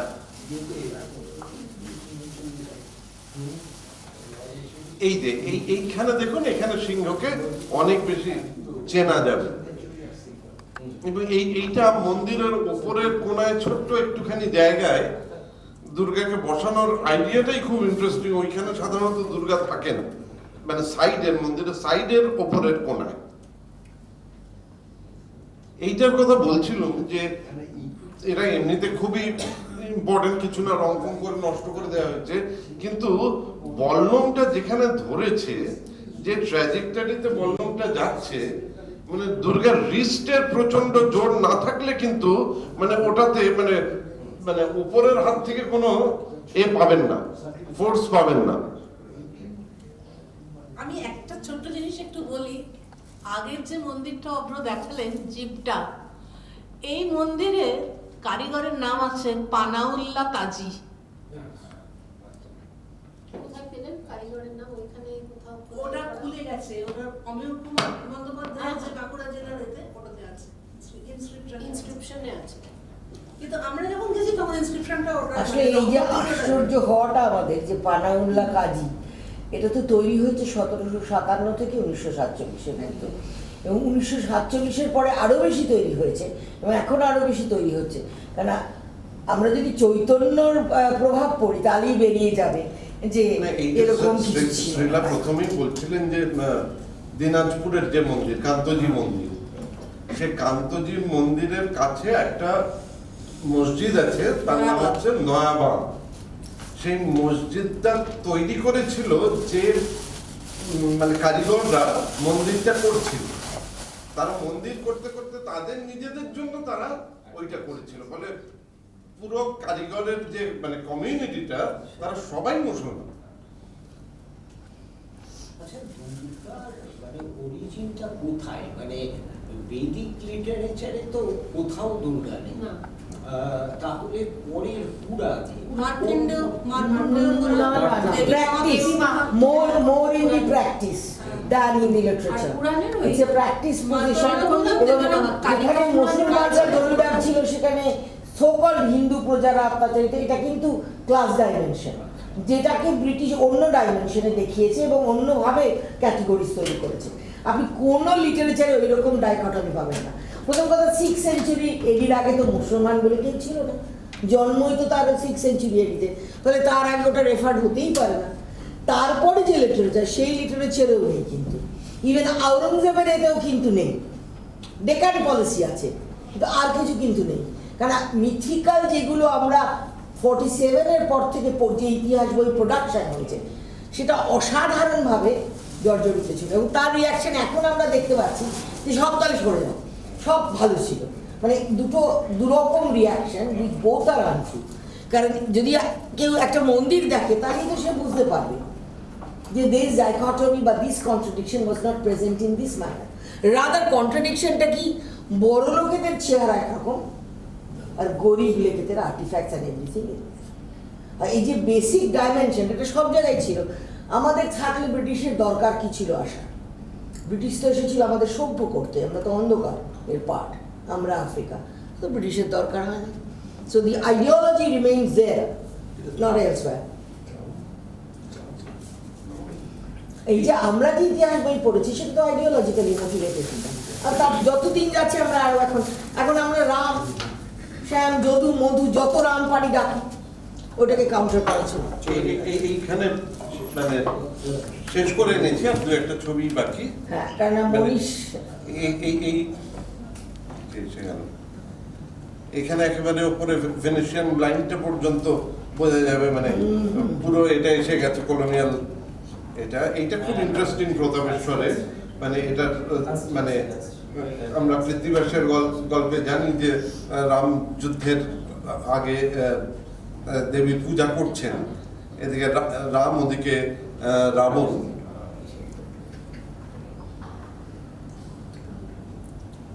এটা একটা খুব বড় ফেটেছে খুব, ওই জন্যই। কিন্তু এইটা মানে এই সময় থেকে একদম অন্যরকম। হ্যাঁ, না এই সময় থেকে না, ইনফ্লুয়েন্সটা আসতে আরম্ভ করেছে মিড 19th সেঞ্চুরি থেকে ওই মানে ঘূর্ণি এবং কৃষ্ণনগর মূর্তির ধরনটা বদলে যেতে শুরু করে। রিয়েলিস্টিক হচ্ছে, পুতুল পুতুল একটা 3D এফেক্ট একটা। এটাতেও ওই কলোনিয়াল এগুলো খুব এটা সিংহের, এটা অনেক বেশি সিংহের মতো। অনেক গয়না, এবার দুর্গা শরীরে গয়না দেখা যাচ্ছে। এটা কিসের একটার জন্য বলবো বলে সোনামুখী বাঁকুড়া।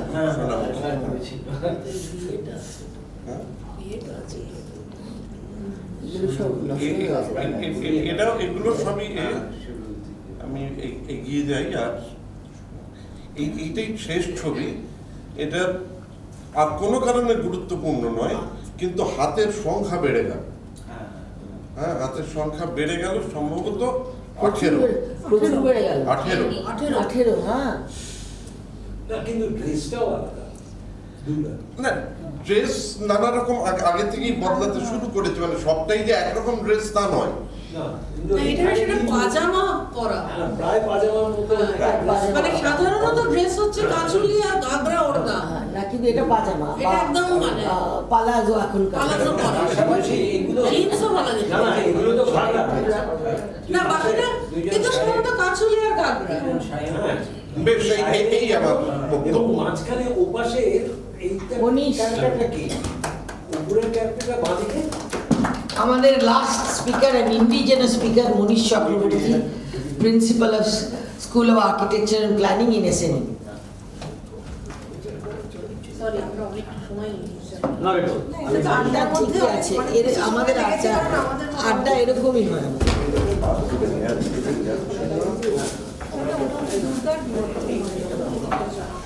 না, দুর্গার বিবর্তন খুব ইন্টারেস্টিং, হাত বাড়ছে কমছে, মানে দুর্গা আলিস কি হচ্ছে, মহাপাতগুলো হচ্ছে না, কি হচ্ছে, এটা খুব ইম্পর্টেন্ট জায়গা।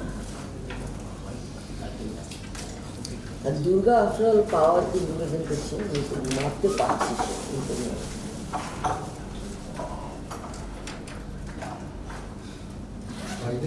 তুমি তাহলে ওনাকে এই মাইক্রোফোনটা দিতে, এই মাইক্রোফোনটা ওখানে দিতে। উনি ওদিকে চলে গেছেন, আমি এখানে বসবো। তুমি বসবে? আচ্ছা, ভালো। তুমি ওদিকে চলে যাচ্ছ? না, তাহলে এখানে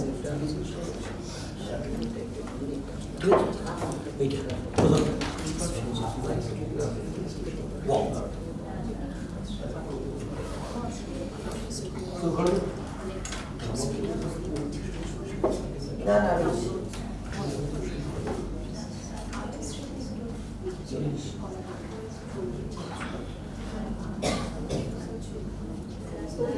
বাড়িতে রবীন্দ্রসঙ্গীত আর নজরুল গীতি নিয়ে বাড়িতে খুব চেঁচামেচি হতো। রবীন্দ্রসঙ্গীতগুলো সবগুলোই ধা দিন ধা না দিন ধা একটা ছন্দে, আর নজরুল গীতির বৈচিত্র্য অনেক। তো আমরা বা আমি নজরুল গীতিতে বেশি আকৃষ্ট হতাম। মা বলতো যে বড় হ বুঝবি। শান্তিনিকেতনে আমার খুব অনেক দিনের জন্য যাওয়া, আগে বহু গেছি বিভিন্ন সময়, বসন্ত উৎসবে মজা করতে ফুর্তি করতে, বোকা টুরিস্টের মতো। বেশ অনেক দিনের জন্য যখন গেলাম, সেখানে একটা ভাড়া নিলাম একটা বাড়ি, কারণ 2022, এটা তো 22 আমাদের 2010-এ ভারত সরকার আমাকে এবং আভা নারায়ণ লাম্বাকে বলল যে একটা নমিনেশন ডজিয়ার করতে হবে শান্তিনিকেতনের আউটস্ট্যান্ডিং ইউনিভার্সাল ভ্যালিউ, সেটাকে আর্টিকুলেট করে ইউনেস্কোতে জমা দিতে হবে। তখন আমাদের ডক্টর গৌতম সেনগুপ্ত ওয়াজ DGSI। সুরেনকর আর্টিস্ট, আর্কিটেক্ট সুরেনকর, যিনি সবকটা বাড়ির তত্ত্বাবধানে এবং কনসেপশনে ছিলেন শান্তিনিকেতনে, রবীন্দ্রনাথের সঙ্গে এবং আরও অনেকের সঙ্গে। তার একটা বাড়ি ছিল লিটল আউটসাইড হাতিপুকুর,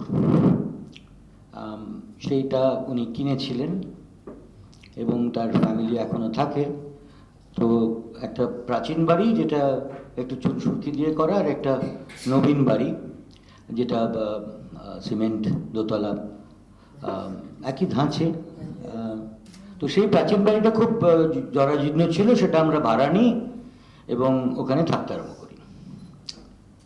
তখন আমার ইউনিভার্সিটি ছিল না, মুখ দেখাতে হতো না সকাল 9টায়, ওখানেই থাকতাম। 5 ঘন্টা না 8 ঘন্টা কাজ করছে, হয়ে যেত না। Santiniketan grew on me. আমার অত রবীন্দ্রনাথ পড়া নেই, যেটা আমার মার এবং সারা বেঙ্গলের বহু লোকের আছে।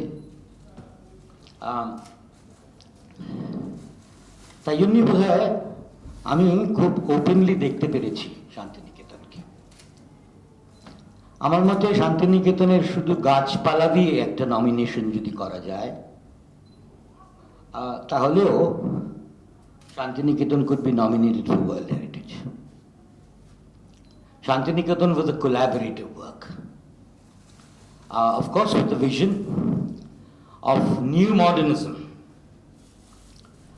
modernism which is not prompted and explained by Europe, a modernism which is rooted in the past as well as in the present, and which has a possibility of a better communication for the future. তো এটা আমার খুব মনে হয়েছিল এবং যত দেখেছি তত শান্তিনিকেতন এবং শান্তিনিকেতনের যে কোর এরিয়া, রবীন্দ্রনাথ তো নিজের পয়সা দিয়ে ছোটো ছোটো ছোটো ছোটো জমি কিনেছিলেন এবং তাই জন্যে বেনারস হিন্দু ইউনিভার্সিটির মতন বাউন্ডারির একটা ইউনিভার্সিটি নয়। অন্যান্য ইউনিভার্সিটি আমি খড়গপুরে পড়েছি, খড়গপুরের মতন এত বাউন্ডারি নেই, তবুও খড়গপুরের মধ্যে দিয়ে সালোয়া রাস্তাটা গেছে, সেটা অফকোর্স এখন আবার বাইপাস করে দিয়েছে, তাই জন্য সামনে গেট হয়ে গেছে। তো শান্তিনিকেতনের প্রপার্টিটা, যেটা কিনা এখন ইউনিভার্সিটি ক্যাম্পাস, প্রায় 570 আর একটু বেশি হেক্টর, এই যে এরিয়াটা, এই এরিয়াটা খুব ইরেগুলার। সো পাশেই আরেকটা প্রাইভেট সেক্টরে, প্রাইভেট মানুষের আমার আপনার মতন জমি। তো the irregularity of the plan, which is a university of national importance. Gandhi শান্তিনিকেতনে খুব আসতেন, এবং রবীন্দ্রনাথ একটা গান্ধীকে চিঠি দিয়েছিলেন at the fag end of his life. সেটা বলছে, সেখানে লেখা আছে, Visva Bharati is like a vessel carrying the cargo of my life's best treasure. And I hope it may claim special care from my countrymen for its preservation. কোন year?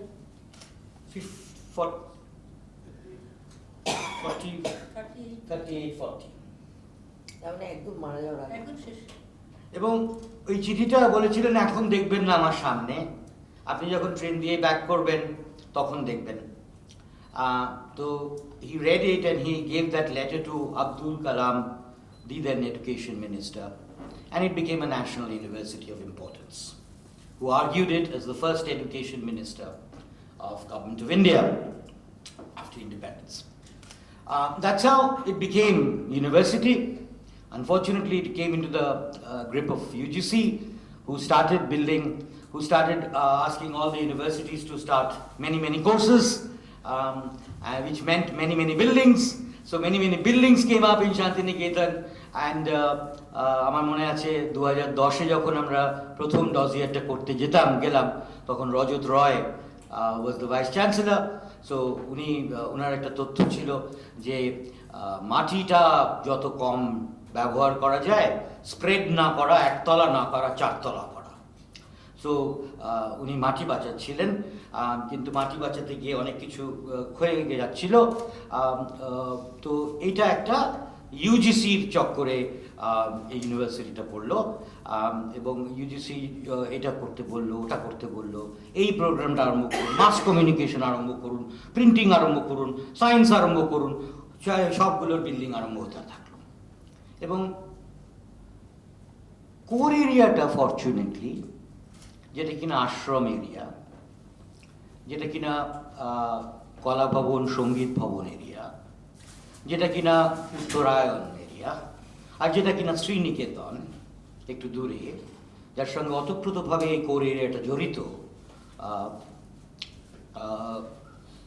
সেই এরিয়াগুলোতে খুব একটা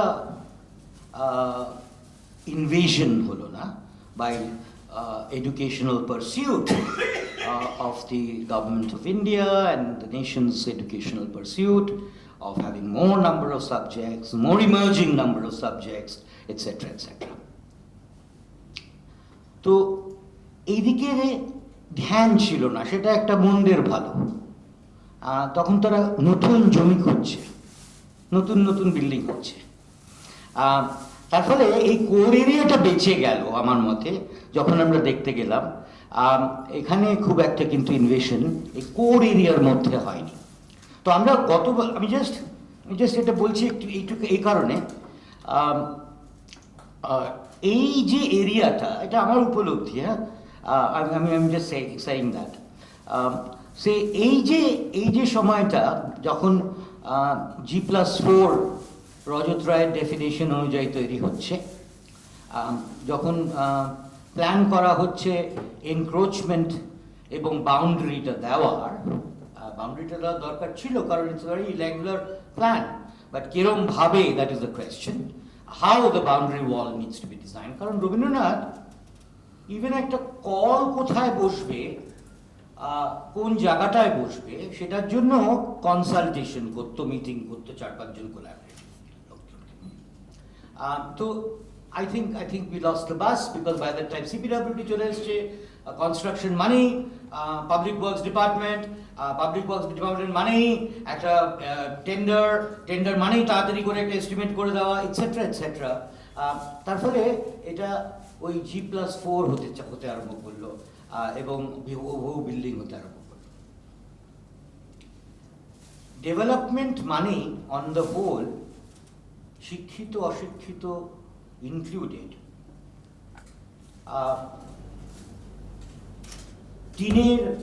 টালির বাড়ি থেকে টিনের বাড়ি, টিনের ছাদ থেকে কংক্রিটের পরে দোতলা থেকে 4তলা। এটা হচ্ছে আর্কিটেকচারের ইভলিউশন অফ ডেভেলপমেন্ট, যেটা আমরা খুব সাধারণতভাবে দেখি।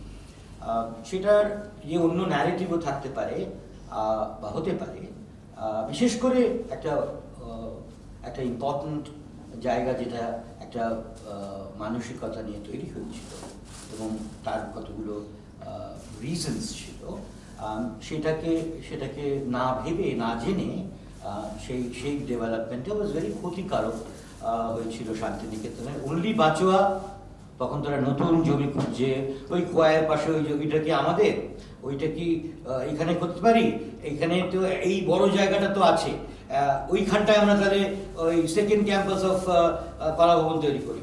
This was good.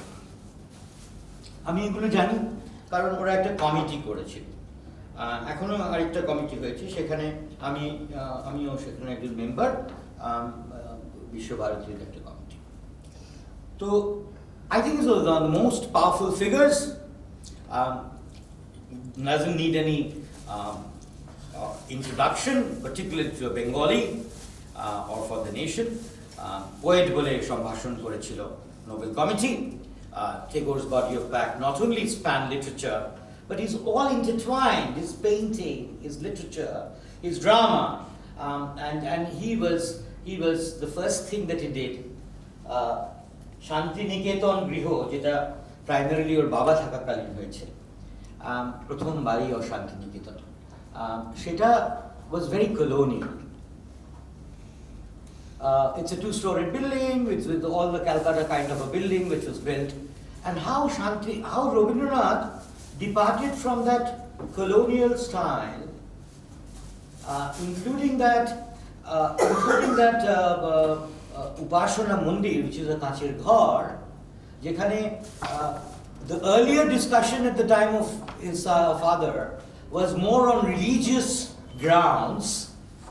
How he took that space discussing humanism, how religion was kind of left behind, and how that space became more a space every week, a discussion on humanism, on literature and art. And his final lecture, Civilization in Crisis, which he gave at that Kachir Ghar, was I felt it was a fantastic departure from being very religionistic space to a more cultural, more human space. It has reflected even in the landscape. If you see from there, from the left-hand side of Upashana Mandir, বাদিকে গেলে তার ল্যান্ডস্কেপটাও, বাদিকে হচ্ছে কুঞ্জ, আম্রকুঞ্জ, তার পেছনে হচ্ছে আনন্দ আশ্রম, পাঠভবন। এই যে স্পেসটা, এটা was getting more into education, more into liberal arts and education and so on. So প্রথম স্কুল রবীন্দ্রনাথের 5 জন স্টুডেন্ট, সবাই জানি, the reason for his gown to make them look equal, and this equalism, this universalism was reflected in many of his works. Tagore had another very immersive concern and preoccupation, which is architecture. That's a little bit of a plan of Uttarayan. Tagore's unique experiments in architecture, where he lived in creative phase in his life, found the backdrop. উনি ওটাকে খুব enjoy করতেন, একটা ঘরে বেশি দিন থাকতেন না, ভালো লাগতো না। He used to always change his house. So Uttarayan is a fantastic transition from one house to the other, to the other, to the other.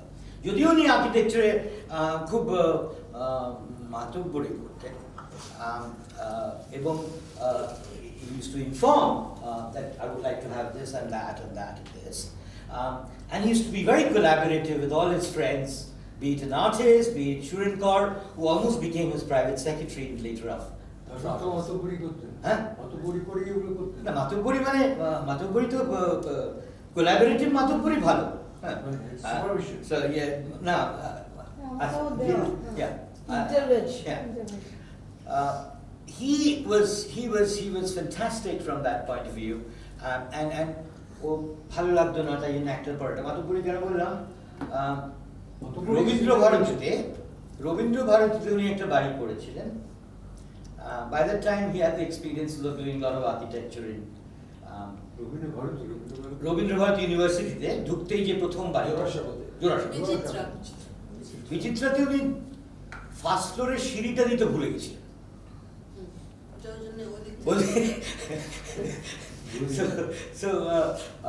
So first ফ্লোরের সিঁড়িটা পরে আমাদের রেস্টোরেশনের সময় খুব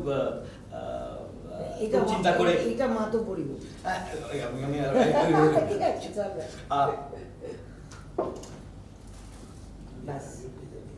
মা তো পড়েতেও রেগে গেছে। এটা প্রযুক্তির এটা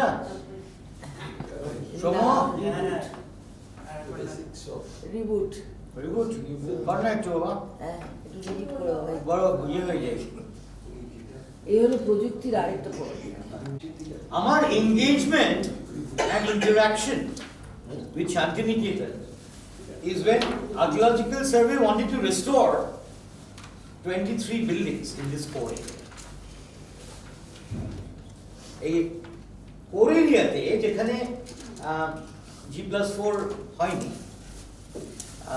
যেখানে of course there has been some room for improvement and room for upgradation, enhancement of the space, যেরকম ভাবা উচিত, হ্যাঁ,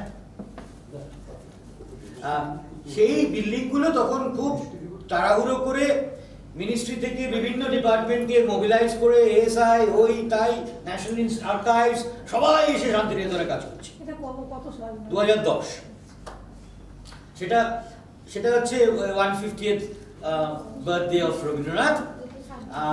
তখন জওহর সরকার আমাদের ওয়েস্ট বেঙ্গলের ministry of culture, secretary culture, আর Gautam Sengupta was the DGSI and so on. অদ্ভুতভাবে এএসআই এর ইতিহাসে হয়নি, দুজন কনসালটেন্টকে একটা ডোজিয়ার করতে দেওয়া হয়েছে, আভানারায়ণ লাম্বা এবং তার কারণ ছিল যে তাড়াতাড়ি পাঠাতে হবে। না না তাড়াতাড়ি পাঠাতে হবে, টাইম ওয়াজ শর্ট। একটা ডোজিয়ার করতে জেনারেলি 1 বছর লাগে, because you need to collect a lot of documents, etc., etc. So the scope was divided between us. The scope was divided between us. So আমরা ASI তখন was put into action এবং 23টা building আমরা identify করলাম। A big team. ASI property ঠিক সেরকম সেন্সে নয়। ASI কিন্তু আপনাকে বিষ্ণুপুরের মন্দির ধরতে দেবে না outside consultant. You cannot work as an outside consultant. You cannot work a protected monument of ASI. They will do it within their own conservation architect, engineer আছে তারা। আর যেগুলো ASI নিজস্ব protected monument নয়, যেরকম শান্তিনিকেতনের 23টা বিল্ডিং, সেটা ওরা deposit work করে। ওদের বলা হয় তোমরা করে দাও, তোমরা করবে, তখন ওরা একটা পয়সা দেয়, সেটাকে বলে ডিপোজিট। সেই ডিপোজিট ওয়ার্কে ওদেরকে নিয়ে আসা হলো, কারণ ministry culture, prime minister of India, DGSI, we're all in the same page that Shantiniketan 150th year has to be nominated, and we should push to the best of our ability to get this fantastic, unique cultural sites. আর বেঙ্গলের কোনো cultural sites ছিল না। Santiniketan world heritage সাইটে বলে আমাদের শুধু একটাই site ছিল, সেটা হচ্ছে Darjeeling Himalayan railway, which is in the industrial heritage category, and Sundarban, which is our natural heritage. We don't have a cultural heritage site. একটা দুর্গা পুজো হচ্ছে intangible cultural heritage for humanity না কি একটা নাম দিয়েছে, ওটা the easiest route to get a nomination. ওটা সবাই খুব চেষ্টা করে সারা পৃথিবীতে। So we were very very concerned and hopeful, এবং তখন আমরা খুব জোর দমে ওই 23টা বিল্ডিং রেস্টোর করতে আরম্ভ করলাম। আর আমরা আমাদের প্রক্সিমিটিতে রাখতে পারলাম, we could be in the proximity because we were asked to also prepare the dossier. এবং শান্তিনিকেতনে যে রবীন্দ্রনাথের সব লিটারারি ওয়ার্কস, আর্কাইভস, সে ন্যাশনাল আর্কাইভস সে আর্কাইভ করতে আরম্ভ করলো। That was a huge amount of work that went on. সেই সময় গভর্নর ছিলেন Gopal Krishna Gandhi, he form the apex committee, etc., etc. A lot of work happened. We made the dossier. We went to we went to Paris to know the fate of the dossier. We were mentioned that this dossier has not seen the light of the day because it was too much on Tagore and less on the physicality of it. World Heritage nomination doesn't give to a personality. It gives to a physical, tangible space where the personality's vision is ingrained, embedded into that space. আরো অনেক কিছু লিখেছিল, আরো আগে লিখেছে, ও আগে লিখেছে, একটা হরিবল ইউরোসেন্ট্রিক একটা অ্যাসেসমেন্ট বাই দি আইকোমস। আমরা 3 দিন প্যারিসে গিয়েও প্যারিসের রাস্তায় হাঁটিনি, 3 দিন হোটেলে ছিলাম। And we wrote back a letter saying that in the event we don't agree with this assessment of ICOMOS, ICOMOS is an agency which evaluates and gives it to UNESCO. And in the event of any future deliberation, তখন জনসংখ্যা বললো আপনার করছেনটা কি, চলে আসুন, diary করে চলে আসুন, সঙ্গে সঙ্গে চলে আসুন। So we came back after 3 days and we wrote a letter that in the event if any, so after 10 years, in 21, I got a call. কারণ আমরা চিঠিতে লিখেছিলাম যদি কোনোদিনও এটা আবার রিনমিনেটেড হয়, we will do the work without any cost. So it came back. So while our new Prime Minister was giving a speech on the 23rd of August, the report was flying by tweeting the earlier plan and sending it across to UNESCO. That was 22 January, February, 23rd January. It was flying to UNESCO, right? আমরা কি করেছিলাম আগের বার, আমরা যে nominated প্রপার্টিটা দিতে হয় সেটা আমরা কোর এরিয়াটা শান্তিনিকেতনের কোর এরিয়া, এই 24টা বাড়ি 25টা বাড়ি, আর শ্রীনিকেতন বাফার এরিয়া একটা ওরা এক্সপেক্ট করে যেটা এই কোর এরিয়াটাকে যাতে এফেক্ট না করে।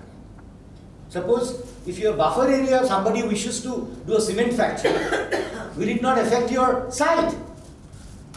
So they insist for a buffer area. এবং 14টা মৌজা in and around Shantiniketan, we declared it as a buffer area. That was objected to by the UNESCO. যে আপনাদের তো এটা জাস্ট এই ডজিয়ার পাঠানোর সময় আপনাদের একটা ডকুমেন্ট পাঠিয়েছে। Where is the continuity that you have been managing the site so beautifully? Because we have information there has been rampant construction around the site. Okay, so the management point of view, we couldn't actually get it through. So it was withdrawn. That was a fantastic decision of the government of India, that we withdrew the application as if we have not submitted. If we would have submitted officially, then it would have been rejected. This is a very interesting inside story. And if we would have actually allowed it to happen and then let them go on, then we could not have ever applied. It was not deferred, it was rejected. Okay. And rejected on the ground of lack of management plan, etc., etc. So we made this tweet. This time what we did, and earlier the state government was a signatory. This time we made an application where the boundary of the university is the buffer. And the core is ashram area, Sriniketan, Shantiniketan, ashram area, Uttarayan, Kala Bhavan, Sangit Bhavan. এই জায়গাটা যদি আপনি concentrated ওয়েতে 2 ঘন্টা 3 ঘন্টা হাঁটেন এবং এই ঘরগুলোতে যান, you will see a narrative that is fantastic. If you are given an opportunity to see while going around from ashram, Shantiniketan, this place to that place where convocation happens, যেখানে convocation এখনো as a symbol, a leaf is given, his understanding of environmentalism, and you go to আমাদের পাঠভবন থেকে ওই দিক দিয়ে হেঁটে উত্তরায়ণের একটু এগিয়ে গিয়ে কলা ভবন, সঙ্গীত ভবন, এই যে পুরো জায়গাটা, এই জায়গাটা যদি ওই একবার একটা জায়গায় ঢুকে গেলেন, তারপরে it is a world of its own, and that's really, really unique and outstanding. Where there has not been much of a deterioration হয়েছে, আমাদের হয়তো মেইনটেনেন্স হয়নি, আমাদের ওগুলো ঠিক করে রাখা হয়নি, ল্যান্ডস্কেপটা ঠিক জায়গায় নেই, ঘরটা একটু ভেঙে গেছে, সেটা মেরামত করা হয়েছে এবারও, etc. So I'll just make you go through this documentation that we worked on, and I'll just quickly go through that. And we made this application. That's the area that I'm talking about. That's primarily the Kola Bhavan, Shongit Bhavan, Uttarayan and Ashram area. This Ashram area. And our playground, it's a Hati Pukur. Eikhane ami thaktam. So that was a fantastic area. I really soaked myself in this space. In terms of trees, in terms of buildings, in terms of Nandulal's frescoes and culture, and Chachakro, etc., etc. That's fascinating as a space. And I think he was really, really having a fun time in Shantiniketan. He was writing poems in the morning, making it cyclo-style in the afternoon, showing it to all the people of all the departments. That was mandatory for them to come and listen to his newly written poem in the morning and invite criticism and appreciation. And I think he was doing all that as a fantastic way of going about. So primarily, this is the building. You see, it's so colonial.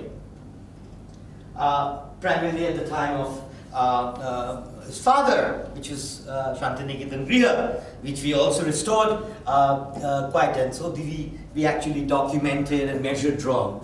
There's not enough documents that exist in the engineering section of this, so we had to do that, and that was the interior. There were some railings going away, so we kind of repaired it and restored it in the same traditional way as it used to be. Give me 5 more minutes, huh? Yeah, if that be okay. And কারণ একটা তো সুন্দর করে সমাপ্তি করতে হবে। So that's the first building that we touched upon. It was big, so it was more costly to do it, and then we went into this. This was also in very bad shape because the tile roof was in a very bad condition, and so we had to bring them down, each of these tiles, we had to number them and put them back, and that's how we did it. When I say we did it, it was not my consultancy, right? ASI was there, but I was there also as their advisor and consultant. Baba Krishna hai. এই জন্য slide আগের দিনের ভালো ছিল। So we restored that and we made that so very beautiful. It's still very beautiful. If you go in the morning, one day, এখন বুধবার হয়েছে না? আগে মঙ্গলবার হতো। বুধবার ছিল। আমরা যখন টিমটা এলো আইকোমসের, so Martin Campton gave a fantastic lecture in front of everybody, and so we did that. Talud Dhaj is another kind of construction which is made of mud. unlike unlike the Shantiniketan Griho, so in order to keep the location of the tree, the building was kind of surrounded. Not cutting the tree and doing a building, which is a natural tendency. And there's all kind of mixed material. How you make a step with mud and how you make it more protective and invasive less. So this is how we kind of reworked with the tal gacher guri and then replaced it. We inserted between the wooden frame and the top frame, we inserted a impervious layer of plastic before we actually patched it with roofing. And we used all kinds of traditional mortars and traditional admixtures like khoor, khoi, which is usual in the construction and restoration of these places. Pathor Bhavan, of course, we all know its connotation. The first batch of Shantiniketan Art College went to Ajanta to study Bagh painting. And also Ajanta and Ellora. So that has a reflection in the architecture of Pathor Bhavan from the very beginning. The way the columns are conceptualized and well designed. So we restored that as well, and bhetore prochur bhalo bhalo Nandalaler painting ache, shegulo amra restore korlam. This whole wall inside it is being painted by Nandalal. Some of them has been gone. There has been rising damp which has destroyed some of the painting. So rising damp mane waller upor diye niche theke othe. So that also affected. So we kind of addressed that. That's a fantastic purbo yagata purbo and poschim toron jekhane basically open air classroom gulo hoy, which was also restored. It at one point of time became a party office. So that was actually removed from, and we bought it back. This was the place where Oxford came and deleted him in front of that. This is such a beautiful hostel called Santoshala. In the heart of that, আপনি যদি ওখান থেকে সন্তোষালাটা খুঁজে পাওয়া মুশকিল হবে। হ্যাঁ, যদি একদিন দুদিনের জন্য যাওয়া হয়, but you have to actually roam around there. This was such a homely, cozy hostel that was meant for the kids of school. So we managed it very sympathetically and keeping the original form, because all these forms were visible. So there was no lack of authenticity while restoring. So my engagement with Shantiniketan is with brick and mortar, with the conception of architecture that was Shantiniketan's architecture, which was embedded and embracing all kinds of architectural forms from different corners of the world, particularly in the East and the West, and also the Indian rootedness of Ajanta and Ellora was very revealing, including a little bit of a Rajasthan architecture where you see these chhatris and projections. So this amalgamation, this synthesis, which we hail for Akbar's gods painting and all the Mughal painting arts and architecture, I think it's even more important, because Akbar never experienced 20th century modernism. Akbar perhaps never experienced how it is to live in a colonized world. So I think that was more challenging, because by his silent observation of Macaulay's educational system and going to a different educational system, embedding that in the architecture and planning of that space was fantastic, according to me, which is very, very universal. And the Chai Chakro, this was the place where he would entertain all the people for cha and tiffin, tea house, as they call it. So they're so beautiful, so small, and so useful and so well conceived, that all these Notunbari, Deholi, this is the place where he first came and after his marriage and stayed here and wrote lots of poems. So this is how we argued in our dossier, which is this document. We argued in our dossier that every activity of Tagore and his collaborators, artists, painters, visitors, everybody who came to Shantiniketan and added on to the philosophy of Tagore was actually taking place tangibly in the entire site of Shantiniketan, and more so in the core area where these 23, 4, 5 buildings exist, where Sriniketan gets another trust area and he asked his son to go and study agriculture, was also included as a connected site to the core idea of Shantiniketan. So that's precisely what we did, and we argued that, and the rest is history. We are about to go to Riyadh and receive the UNESCO World Heritage Site in the coming September. Thank you very much.